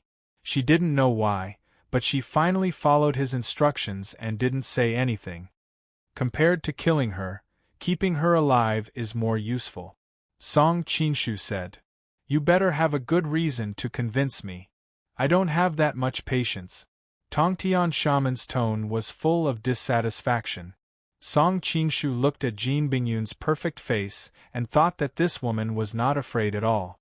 She was about to die, but there was not a trace of panic on her face. We can use her to deal with Pangban. Oh! When he heard that they were going to deal with Pangban, the Skirich shaman became interested. Now, there were only a few people left in Helen City that he was worried about, and Pangban was one of them. However, he immediately shook his head and said, That's impossible. This woman is Pangban's disciple and is loyal to him. She will never help us deal with him. At this moment, Jin Bingyun finally spoke up. That's right. Cult Master is a great grandmaster. If you want to deal with my master, you can come to him openly. You don't need to study some crafty plots and schemes in secret. A murderous glint flashed across the Tongtian shaman's eyes when he heard her call out his identity. Song Qingshu thought that this woman really didn't want to live anymore. However, from the first time he saw her, he could tell from her eyes that she didn't want to live anymore, so it wasn't surprising that she had such a reaction. Does Cult Master know about the Odao Heart Devil Seed? Since Jin Bingyun already knew his identity, there was no point in hiding anymore. How could I not know Pangban's cultivation technique? The Tongtian shaman snorted and directly pushed Jin Bingyun to the corner of the wall. Anyway, he had already sealed her acupoint. With his cultivation, he wasn't afraid that she would escape. Song Qingshu then said, Then you should also know that Pangban's Dao Heart Devil Seed hasn't reached the phenomenal success stage. The Tongtian shaman said in a deep voice. His Dao Heart Devil Seed indeed hasn't reached the phenomenal success stage, but his cultivation is not much different from ours. If we fight him one-on-one, we don't have the confidence to kill him. If he really manages to cultivate the legendary Udao Heart Devil Seed, I'm afraid you and I won't be his match. Now we have a chance to make it so that he will never be able to cultivate the Udao Heart Devil Seed, Song Qingshu said with a smile. Oh? I'd like to hear the details. The Tongtian shaman was interested. Jean Bingyun, who was in the corner, frowned slightly. She had a bad feeling. Song Qingshu explained, the key to cultivating the Tao heart devil seed is to plant a demonic seed in the Tao fetus. Regardless of whether it's the Tao fetus or the demonic seed, it all comes from the most basic life force of humans. According to his understanding, this life force wasn't ordinary life force, but innate life force. In Taoism, the origin referred to this innate life force. After a pause, he continued, the Tao fetus is born from the yin and yang in the human body, and the demonic seed is born from the intercourse between a man and a woman. Therefore, in order to cultivate the Tao heart devil seed, one must have a virgin as the demonic medium. When the demonic medium interacts with the human cauldron, a bit of innate life force will be formed. Pang Ban will use the strange and unpredictable secret technique of the demonic school to plant the demonic seed at the crucial moment. Every time they intercourse, he will sneak into the mind of the demonic medium and the human cauldron to cultivate the seed. When it matures, he will combine with the demonic seed and absorb the essence of the seed's life force as his own. If there is life, there must be death. The aura of death will be born by the human cauldron. That's why the Tao heart devil seed is destroyed. These were all speculations based on his memory and his own understanding of martial arts. He wasn't sure how close it was to reality. Tong Tianwu was dumbfounded. After a long time, he said, the person who created this technique is really abnormal. Song Qingshu nodded in agreement. Beside him, Jean Bingyun's face finally paled. How do you know so clearly? One must know that the Tao heart devil seed was a supreme secret technique in the demonic school. There were only a few people who truly cultivated it. Although others knew about the existence of the Tao heart devil seed, they didn't know the principles behind it. His understanding of the Tao heart devil seed even surpassed her in some aspects. How could she not be shocked? Faced with her question, Song Qingshu didn't answer. Instead, he asked, but there's one thing I don't understand. How did Pang Ban plant the seed when the demonic medium and human cauldron intercourse? Is this seed in the physical sense or on the spiritual level? This relationship was too confusing. It sounded like some kind of indescribable scene. Jean Bingyun finally blushed a little. She snorted and turned her face away. Obviously, discussing such a topic made her very embarrassed. At this time, she finally understood why Song Qingshu avoided her, as if he had seen a ghost every time he saw her. It turned out that he already knew the secret of the Tao heart devil seed. But how did he know the supreme secret of the demonic school? Tong Tianwu nodded. He knew a little about the Tao heart devil seed before, but his understanding was not so detailed. Now he had a sense of enlightenment. No wonder Pang Ban had been stagnant. It turned out that he hadn't found a suitable human cauldron. Then she is the demonic medium chosen by Pang Ban? He turned his head to look at Jean Bingyun. Her clothes were as white as snow. Her perfect face and cold temperament gave her a sense of holiness. It was really difficult to associate her with the words, demon medium. But who is the human cauldron chosen by Pang Ban? Why haven't you made a move yet? Which man in the world could resist such a beautiful woman who wanted to seduce him? Jean Bingyun bit her lips tightly. Her heart could be said to be extremely bashful. That man was so far away, yet so close, but could she say these words? It doesn't matter if you don't say it. Tong Tian Shaman clearly did not care. He then turned to Song Qingshu and said, since she is so important to Pang Ban, it is indeed a pity to kill her. Why don't we find a random man to take her virginity, and make Pang Ban think that he can start cultivating and completely destroy his devil skill? Chapter 24-27. Jean Bingyun's expression changed. Although she wasn't afraid of death, which woman would want to die in such a humiliating way? Furthermore, it would cause her master's life's work to go to waste. How could she remain indifferent? Just find someone? Song Qingshu's expression was strange. This development was out of his expectations. What, you want to do it? The Tongtian shaman glanced at him. Song Qingshu quickly waved his hand. I don't want to die. What a joke. He didn't want to let Pang Ban take advantage of his power. I don't think you dare. The Tongtian shaman sneered.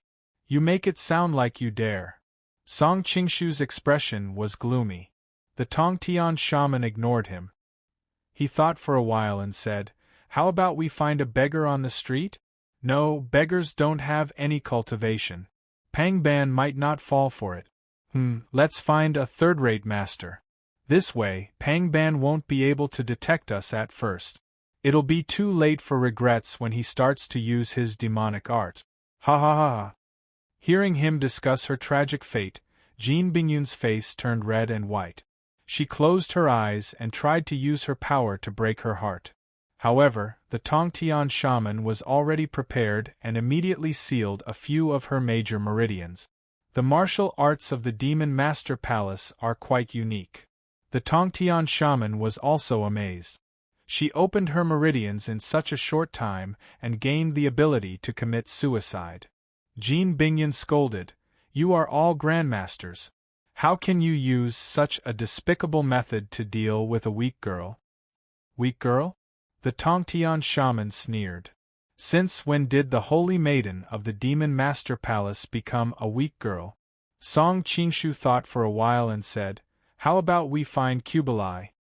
He knew that Kublai would become a threat to the Central Plains in the future. It was better to get rid of him as soon as possible. The Tongtian shaman shook his head. No, Kublai and Ali Buj are fighting fiercely. They have formed a balance.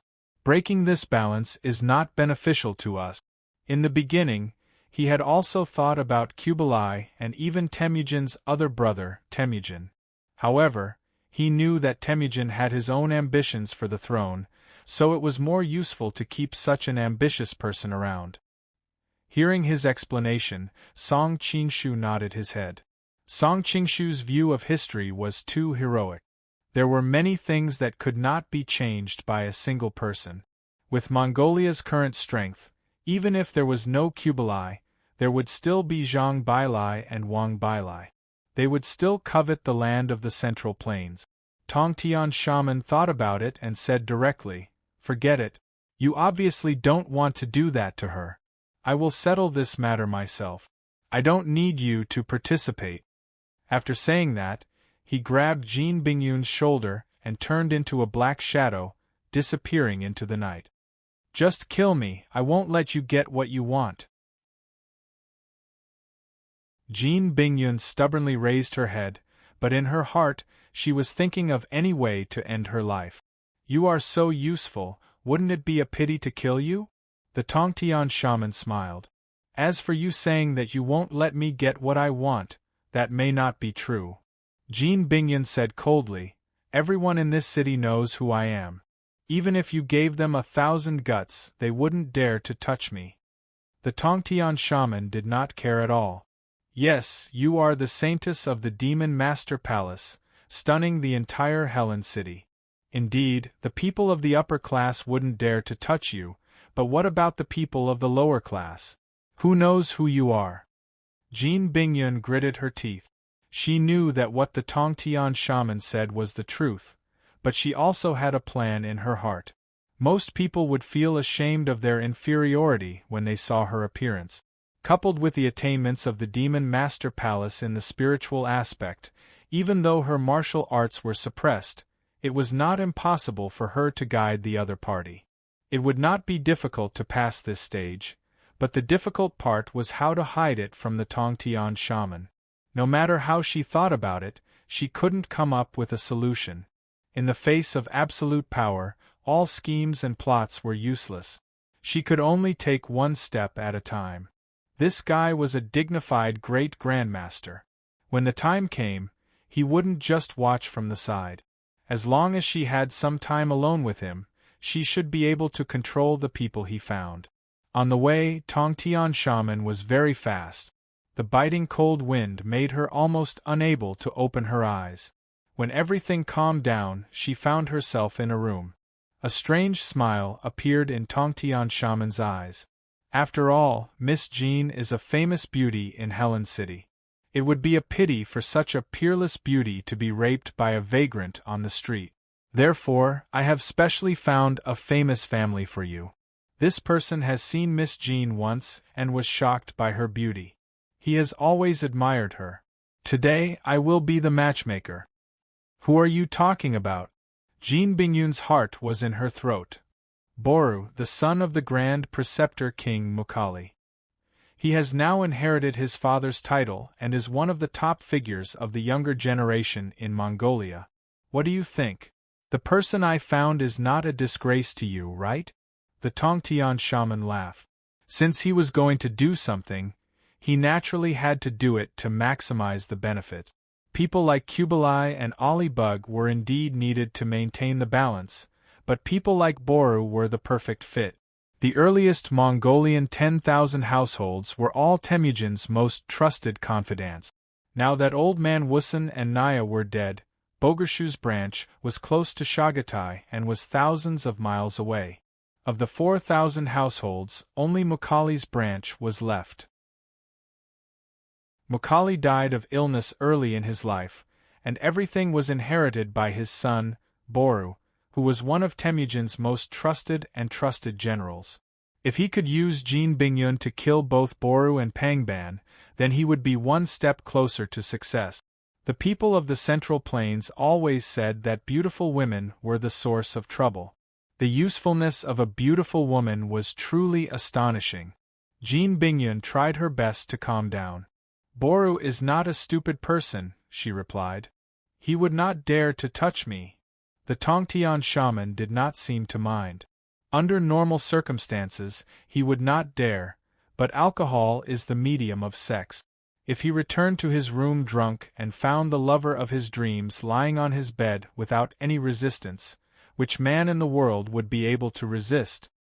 Jean Bingyun's expression changed. The nobles of Mongolia loved to drink, and they often got drunk. If Boru really came back drunk, it would indeed be difficult for her to reason with him.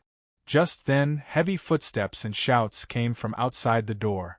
It seemed that the servants were helping the drunk Boru back. Just as Jean Bingyun was worrying, the Tongtian shaman quickly sealed her mute acupoint. To prevent you from screaming later, I will seal your mute acupoint first.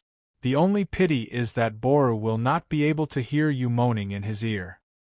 Shameless, Jean Bingyun thought to herself. They were both grandmasters. Although Pangban was known as the evil master, he still respected his own status. This person in front of her was even more despicable than those lowly perverts in Jianghu. She really did not know how he became a grandmaster. The Tongtian shaman was about to leave when he suddenly shook his head. No, with your cold demeanor, even the most passionate man will easily extinguish their desires. As soon as he finished speaking, he stuffed a pink pill into her mouth. Chapter 24-28. Seeing the puzzled expression on Jean Bingyun's face, the Tongtian shaman sneered. This is a divine medicine obtained from the barbarian merchants in the western regions. It can arouse a person's lust. Even a virgin will become a slut. You are always so cold. I don't believe that you are born to be a virgin. Jean Bingyun's pale face instantly turned red. She didn't know if she was embarrassed or angry. She never thought that the shaman sect leader, who was revered by thousands of people in the past, would be so despicable and shameless. Looking at her flawless face, the Tongtian shaman couldn't help but sigh. I have to admit that you are really beautiful. Even I am a little moved. But that was all. He knew that she was Pangban's demonic medium, so he didn't want to test her. You should enjoy being a woman. Hearing the footsteps outside getting closer, the Tongtian shaman wrapped himself in his robe and turned into a ray of darkness, gradually disappearing without a trace. Soon, the door was kicked open. Bei Lu staggered in, reeking of alcohol. Don't help me. I will go in myself. The servants knew that this master had a bad temper and didn't dare to offend him after he was drunk. They hurriedly closed the door for him. Bei-Lu staggered towards the bed. When he saw the woman lying on the bed, he subconsciously rubbed his eyes. Miss Jean? Jean Bingyun was overjoyed. Previously, she was afraid that he would mess around after drinking too much. Now that he recognized her, she wouldn't have to waste her breath to stop him. She blinked her eyes in response. Bei-Lu chuckled. Alcohol is really a good thing. I can actually see my own woman as Miss Jean. It seems that I have to drink more in the future. He had inherited his father's title and army at a young age. He could be said to be a famous bachelor in Helen City. All the young ladies in the city were eager to marry into his family.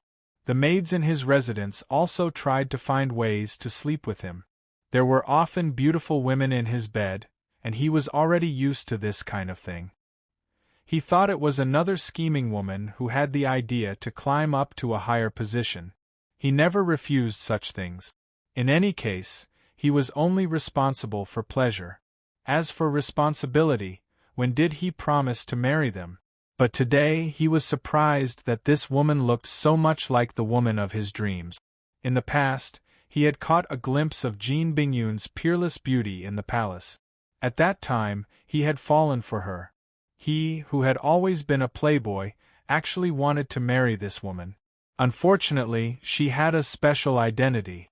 She was the beloved disciple of Devil Master Pangban.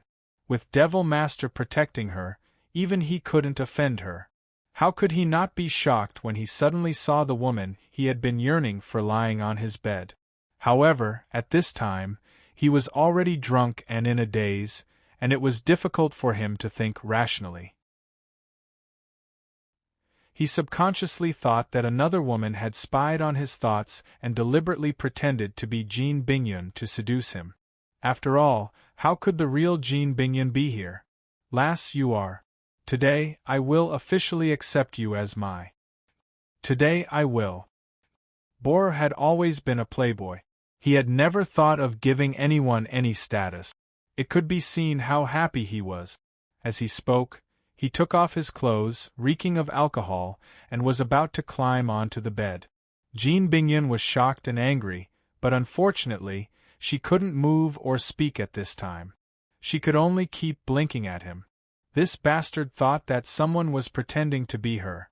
Did he often play this kind of game at home?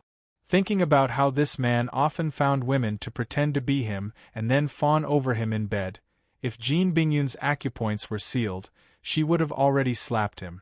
But now, she couldn't move at all. After her heart rate sped up, the medicinal power in her body seemed to have dispersed. She felt an unprecedented heat surging out from her body. Is this going to be my end? 2 streams of tears flowed down her cheeks. Jean Bingyun's mind was blank. She had never been afraid of death. Even if she knew she had such a mission, she was used to it. Even when Pang Ban asked her to save Song Qingshu, she didn't think it was unacceptable. After all, Song Qingshu was a dignified great-grandmaster. He was also young, and he looked quite pleasing to the eye. He was much better than this fierce-looking man in front of him. Just as she was hopelessly waiting for her tragic fate, she suddenly heard a thud. Then, Bor stopped moving. She opened her eyes in confusion and saw a familiar face next to the bed. How can I be the same as Bor?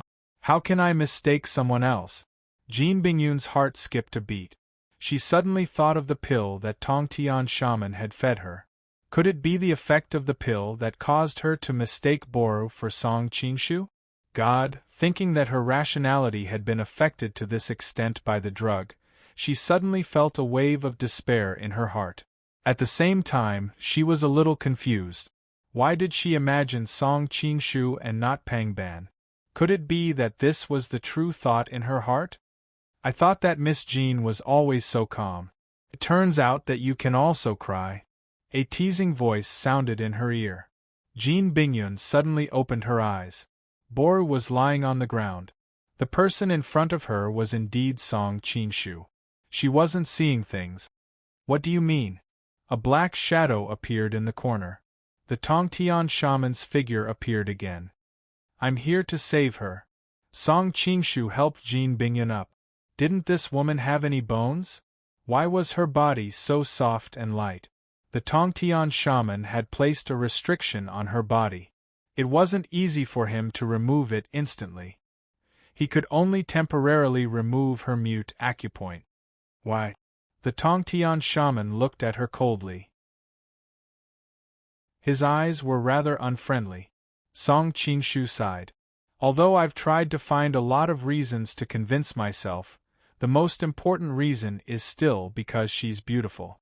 If it was someone like Ruhua, I would definitely stand by and watch. The Tongtian shaman? He had thought of many possibilities, but he didn't think that the reason was so simple. Jin Bingyun was also stunned.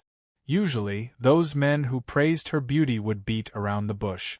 They would often praise her temperament and something like that. It was rare for them to directly praise her appearance, especially when these words came from such a special man's mouth. It made her feel extremely complicated at this moment. Have you forgotten that she is Pang Ban's demonic medium? Do you want her more than your life? The Tongtian shaman really couldn't understand. Song Qingshu spread his hands. I only admire her beauty. I'm not lusting after her body. Can't it be fine as long as I don't touch her? Don't worry. I promise to help you deal with Pang Ban. No. The Tongtian shaman directly refused. Letting someone destroy her body is the simplest and most direct way to cripple Pang Ban. Why should I take a greater risk? Song Qingshu stood in front of Jin Bingyun. Although his voice wasn't loud, his tone was very firm. I need her for something. I have to take her away today. Chapter 24-29. Because of the effect of the drug, Jin Bingyun was more sensitive than usual. When she heard the word use, her pretty face turned red. Obviously, she had misunderstood. The Tongtian shaman said coldly, You are injured, you are no match for me. Song Qingshu looked relaxed. But you can't kill me either. Aren't you a little too overconfident? The Tongtian shaman's clothes were bulging. Obviously, he had spread his power all around and was ready to launch a thunderous attack at any time. Song Qingshu smiled slightly. How can a person without confidence become a great grandmaster? Just by standing there, he was like an incomparably sharp sword, as if he could slash through anything he came into contact with. The Tongtian shaman's expression was uncertain. To be honest, he felt that this was a good opportunity to get rid of the other party. Then, he could use Jin Bingyun to get rid of Pang Ban, eliminating two great grandmasters in one fell swoop. Everything else was under his control. However, the other party's performance surprised him. He thought that the other party's foundation should have been damaged in the previous battle and would not be able to recover in a few years. But now, although he was injured, it seemed that the injury on his body was not as serious as he had imagined. Could it be that he has some special healing method? After weighing the pros and cons, the Skirich shaman decided not to take the risk.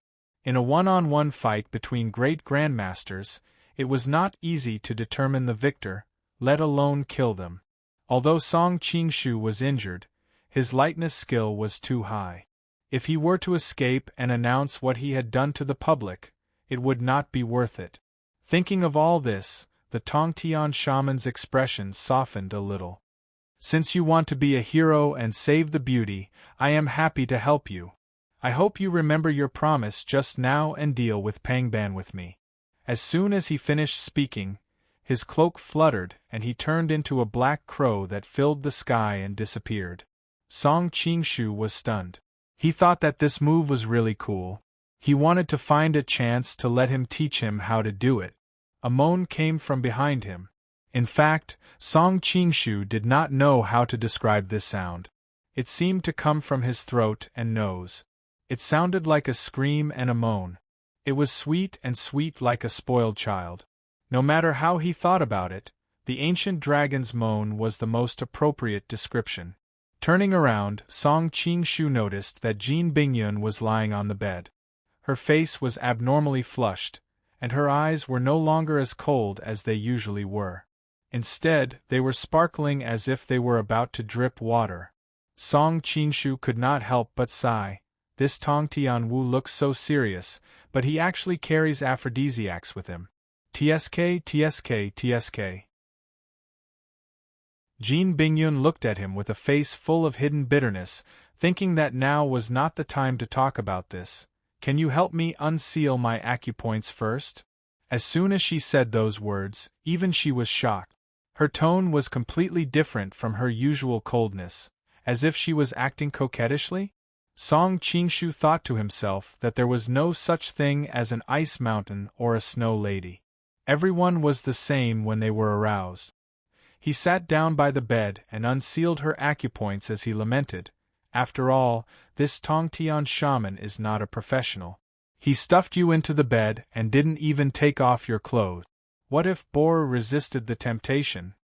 Jin Bingyun, do you do things like this often? She finally could not help but ask. Song Qingshu's expression turned serious. Of course not. Am I that kind of person? Jin Bingyun nodded. I think you are. However, the strange feeling in her body made her frown tightly. Noticing her expression, Song Qingshu did not waste any time. You don't seem to be in a good situation right now. Do you need my help? No.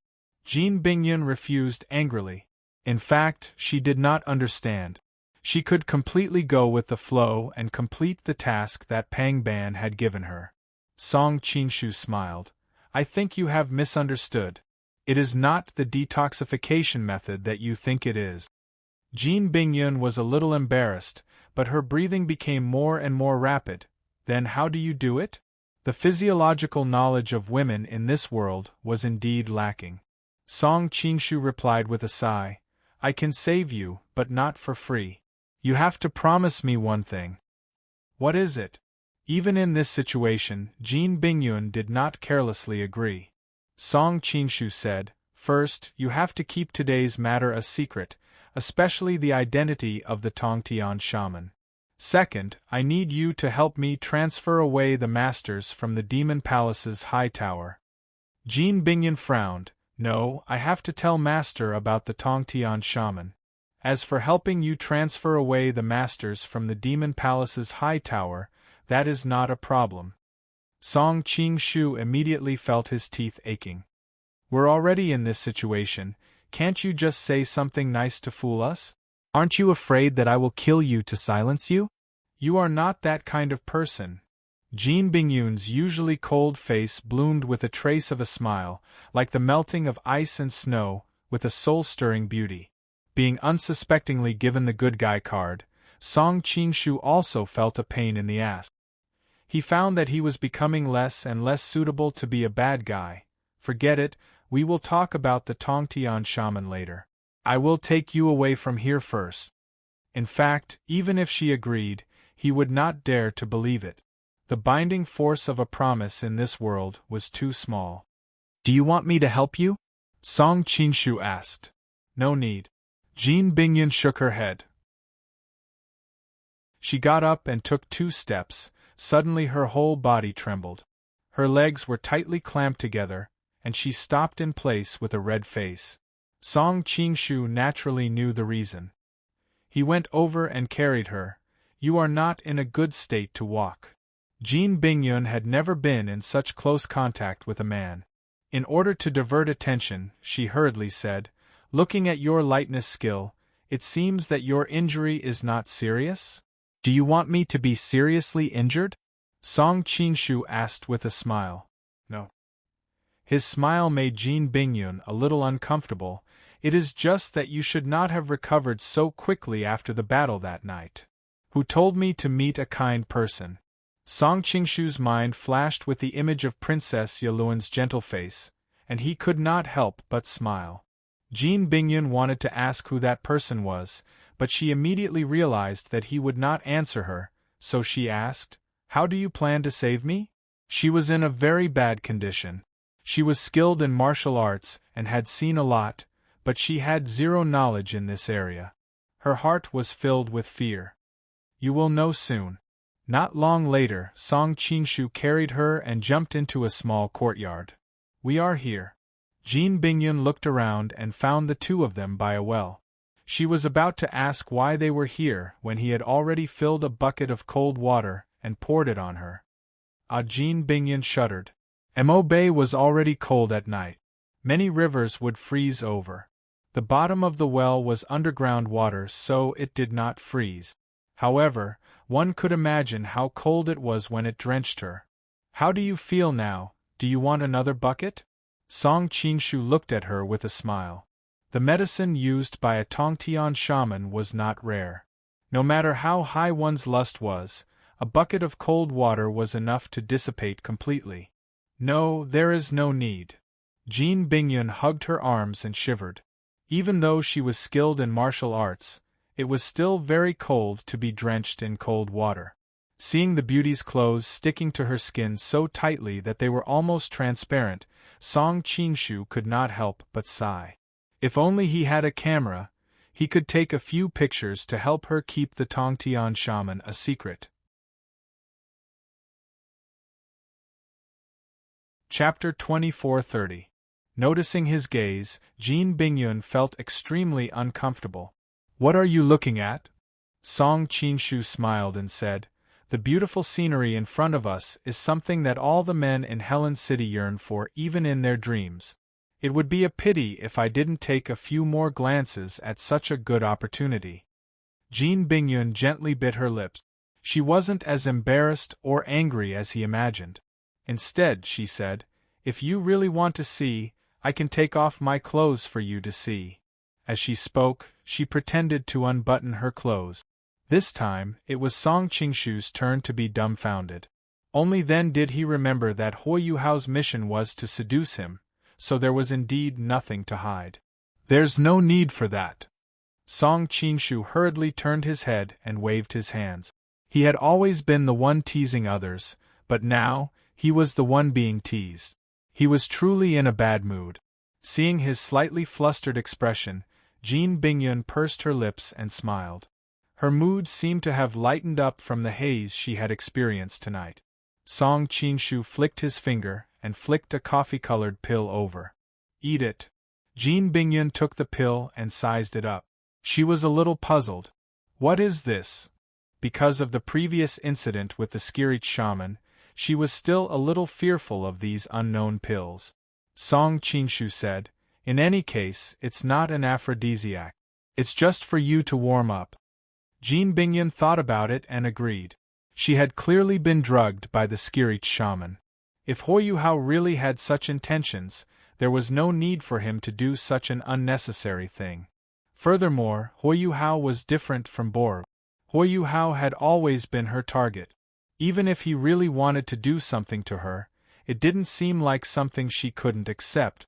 After taking the pill, she immediately felt a warm current spread to her limbs and bones, driving away the coldness in her body. This warmth wasn't like the scorching heat of those despicable drugs. Instead, it was a kind of warmth that nourished her body. What's the name of this medicine? It seems to be quite effective. Jean Bingyun didn't feel so cold anymore. It's called the Leopard Embryo Meridian Changing Pill. By the way, I forgot to tell you just now. Although this medicine has a nourishing effect, it has a side effect. If you don't take the antidote within the specified time, your entire body will undergo a huge change. Song Qingshu smiled rather maliciously. I don't know if Miss has ever heard of the divine dragon sex Fat and Thin Venerables. In his early years, Fat Tuchuo was as thin as a bamboo pole, and Thin Tuchuo was as fat as a short winter melon. In the end, because of a mission failure, he didn't take the antidote in time. Then, his entire body was distorted abnormally, and he turned into their bodies. Jean Bingyun's expression changed slightly. As the successor of the Demon Master Palace, she knew many things about the martial arts world of the Central Plains. She had also heard of the famous leopard embryo muscle altering pill. What do you mean? A great grandmaster actually poisoned someone. Song Qingshu laughed. Tongtian shaman even gave you an aphrodisiac. Jin Bingyun was instantly at a loss for words. Were all great grandmasters so shameless? Don't worry. As long as you don't reveal anything about me and the Tongtian shaman, I'll give you the antidote very soon. Seeing that she wanted to say something, Song Qingshu interrupted her. I know you're not afraid of death, and you don't care about your appearance. But you're so slim now. If you really become like a short winter melon and fat pig, I'm afraid you'll live a life worse than death. Jin Bingyun briefly imagined the scenario, and her entire body shuddered. All right, I promise you. Jin Bingyun gritted her teeth as she said this. Only then did Song Qingshu heave a sigh of relief. Seeing that she was shivering in the cold wind, he took off his coat and draped it over her. So you've long known about the secret of the Tao Heart Devil Seed. That's why you've been hiding from me, Jin Bingyun suddenly said. Song Qingshu sighed. You're very beautiful, but if you know that you'll die without a corpse if you touch you, any man would stay far away from you. Jin Bingyun's eyes reddened. No woman wanted to be looked at like this by a man. But she also knew that this was a mission that she couldn't escape. Now that the other party knew about it, could she still complete this mission? Song Qingshu was about to say something when his pupils suddenly contracted. He suddenly turned to look at the wall at the side. A demonic figure slowly landed on it. He was wearing a purplish-red robe embroidered with gold. There was not a speck of dust on him, and he wore a silver cloak that reached the ground. Devil Master Pang Ban? Song Qingshu's expression was solemn. In his current state, it would be troublesome to face him. Master, Jin Bingyun had experienced so many terrifying things that night. Now that she saw her master, her tone was especially aggrieved and delicate. Pang Ban's expression turned cold. His aura enveloped Song Qingshu. Did he bully you? Jin Bingyun shook her head. Her expression became somewhat complicated. No, he saved me. Pang Ban's expression softened a little. How did you end up like this? Song Qingshu's body tensed up. He was also ready to attack at any time. Jin Bingyun glanced at him and answered, I was careless and fell into a trap. Fortunately, he saved me. Who dared to hurt you? Pang Ban was furious. There was a look in his eyes as if he was about to devour someone. Tell me. I'll help you kill him. Seeing that he was so concerned about her, Jin Bingyun's heart warmed. She answered, There's no need. That person has already been killed. She felt a little guilty when she lied. She hurriedly changed the topic. Master, why are you here? Pang Ban looked at her thoughtfully. When I was cultivating in seclusion, I felt a violent fluctuation in your emotions. It seemed that something had happened. So, I came to take a look. Jin Bingyun thought of how embarrassing she looked when she was drugged. She couldn't help but blush. Thank you for your concern, Master. Song Qingshu was shocked. This Tao heart demonization great technique was actually so magical? He could feel the fluctuation of emotions from so far away. No wonder he could take the opportunity to plant a demonic seed in the Tao fetus when the demonic medium and the furnace were united. But what was the principle behind it? Although he had previously explained it to Tongtian Wizard, he actually didn't understand it himself. As a person from the scientific world, it was really difficult for him to understand how the whole process was achieved. Pang Ban then looked at Song Qingshu. Golden Snake King, I didn't expect us to meet again so soon. Song Qingshu said with a smile, This is fate. Pang Ban was speechless. He thought to himself, God damn fate. He thought that Mengqi would show a look of fear or worry. Who knew that Mengqi would be so relaxed? It seems that your injuries are recovering quite quickly. Song Qingshu replied, Likewise. The Devil Master's injuries are also recovering quickly. Pang Ban fell into silence. It was obvious that he was weighing whether he could take him down. Jin Bingyun, who was at the side, was also nervous. She thought to herself, Who should I help when the two of them fight? But as soon as the thought arose, she was stunned. Of course, she would help her master. Why would she have such hesitation? You're tuning in to the Phoenix Nights YouTube channel. Don't forget to subscribe and join us on this journey to catch the most captivating stories.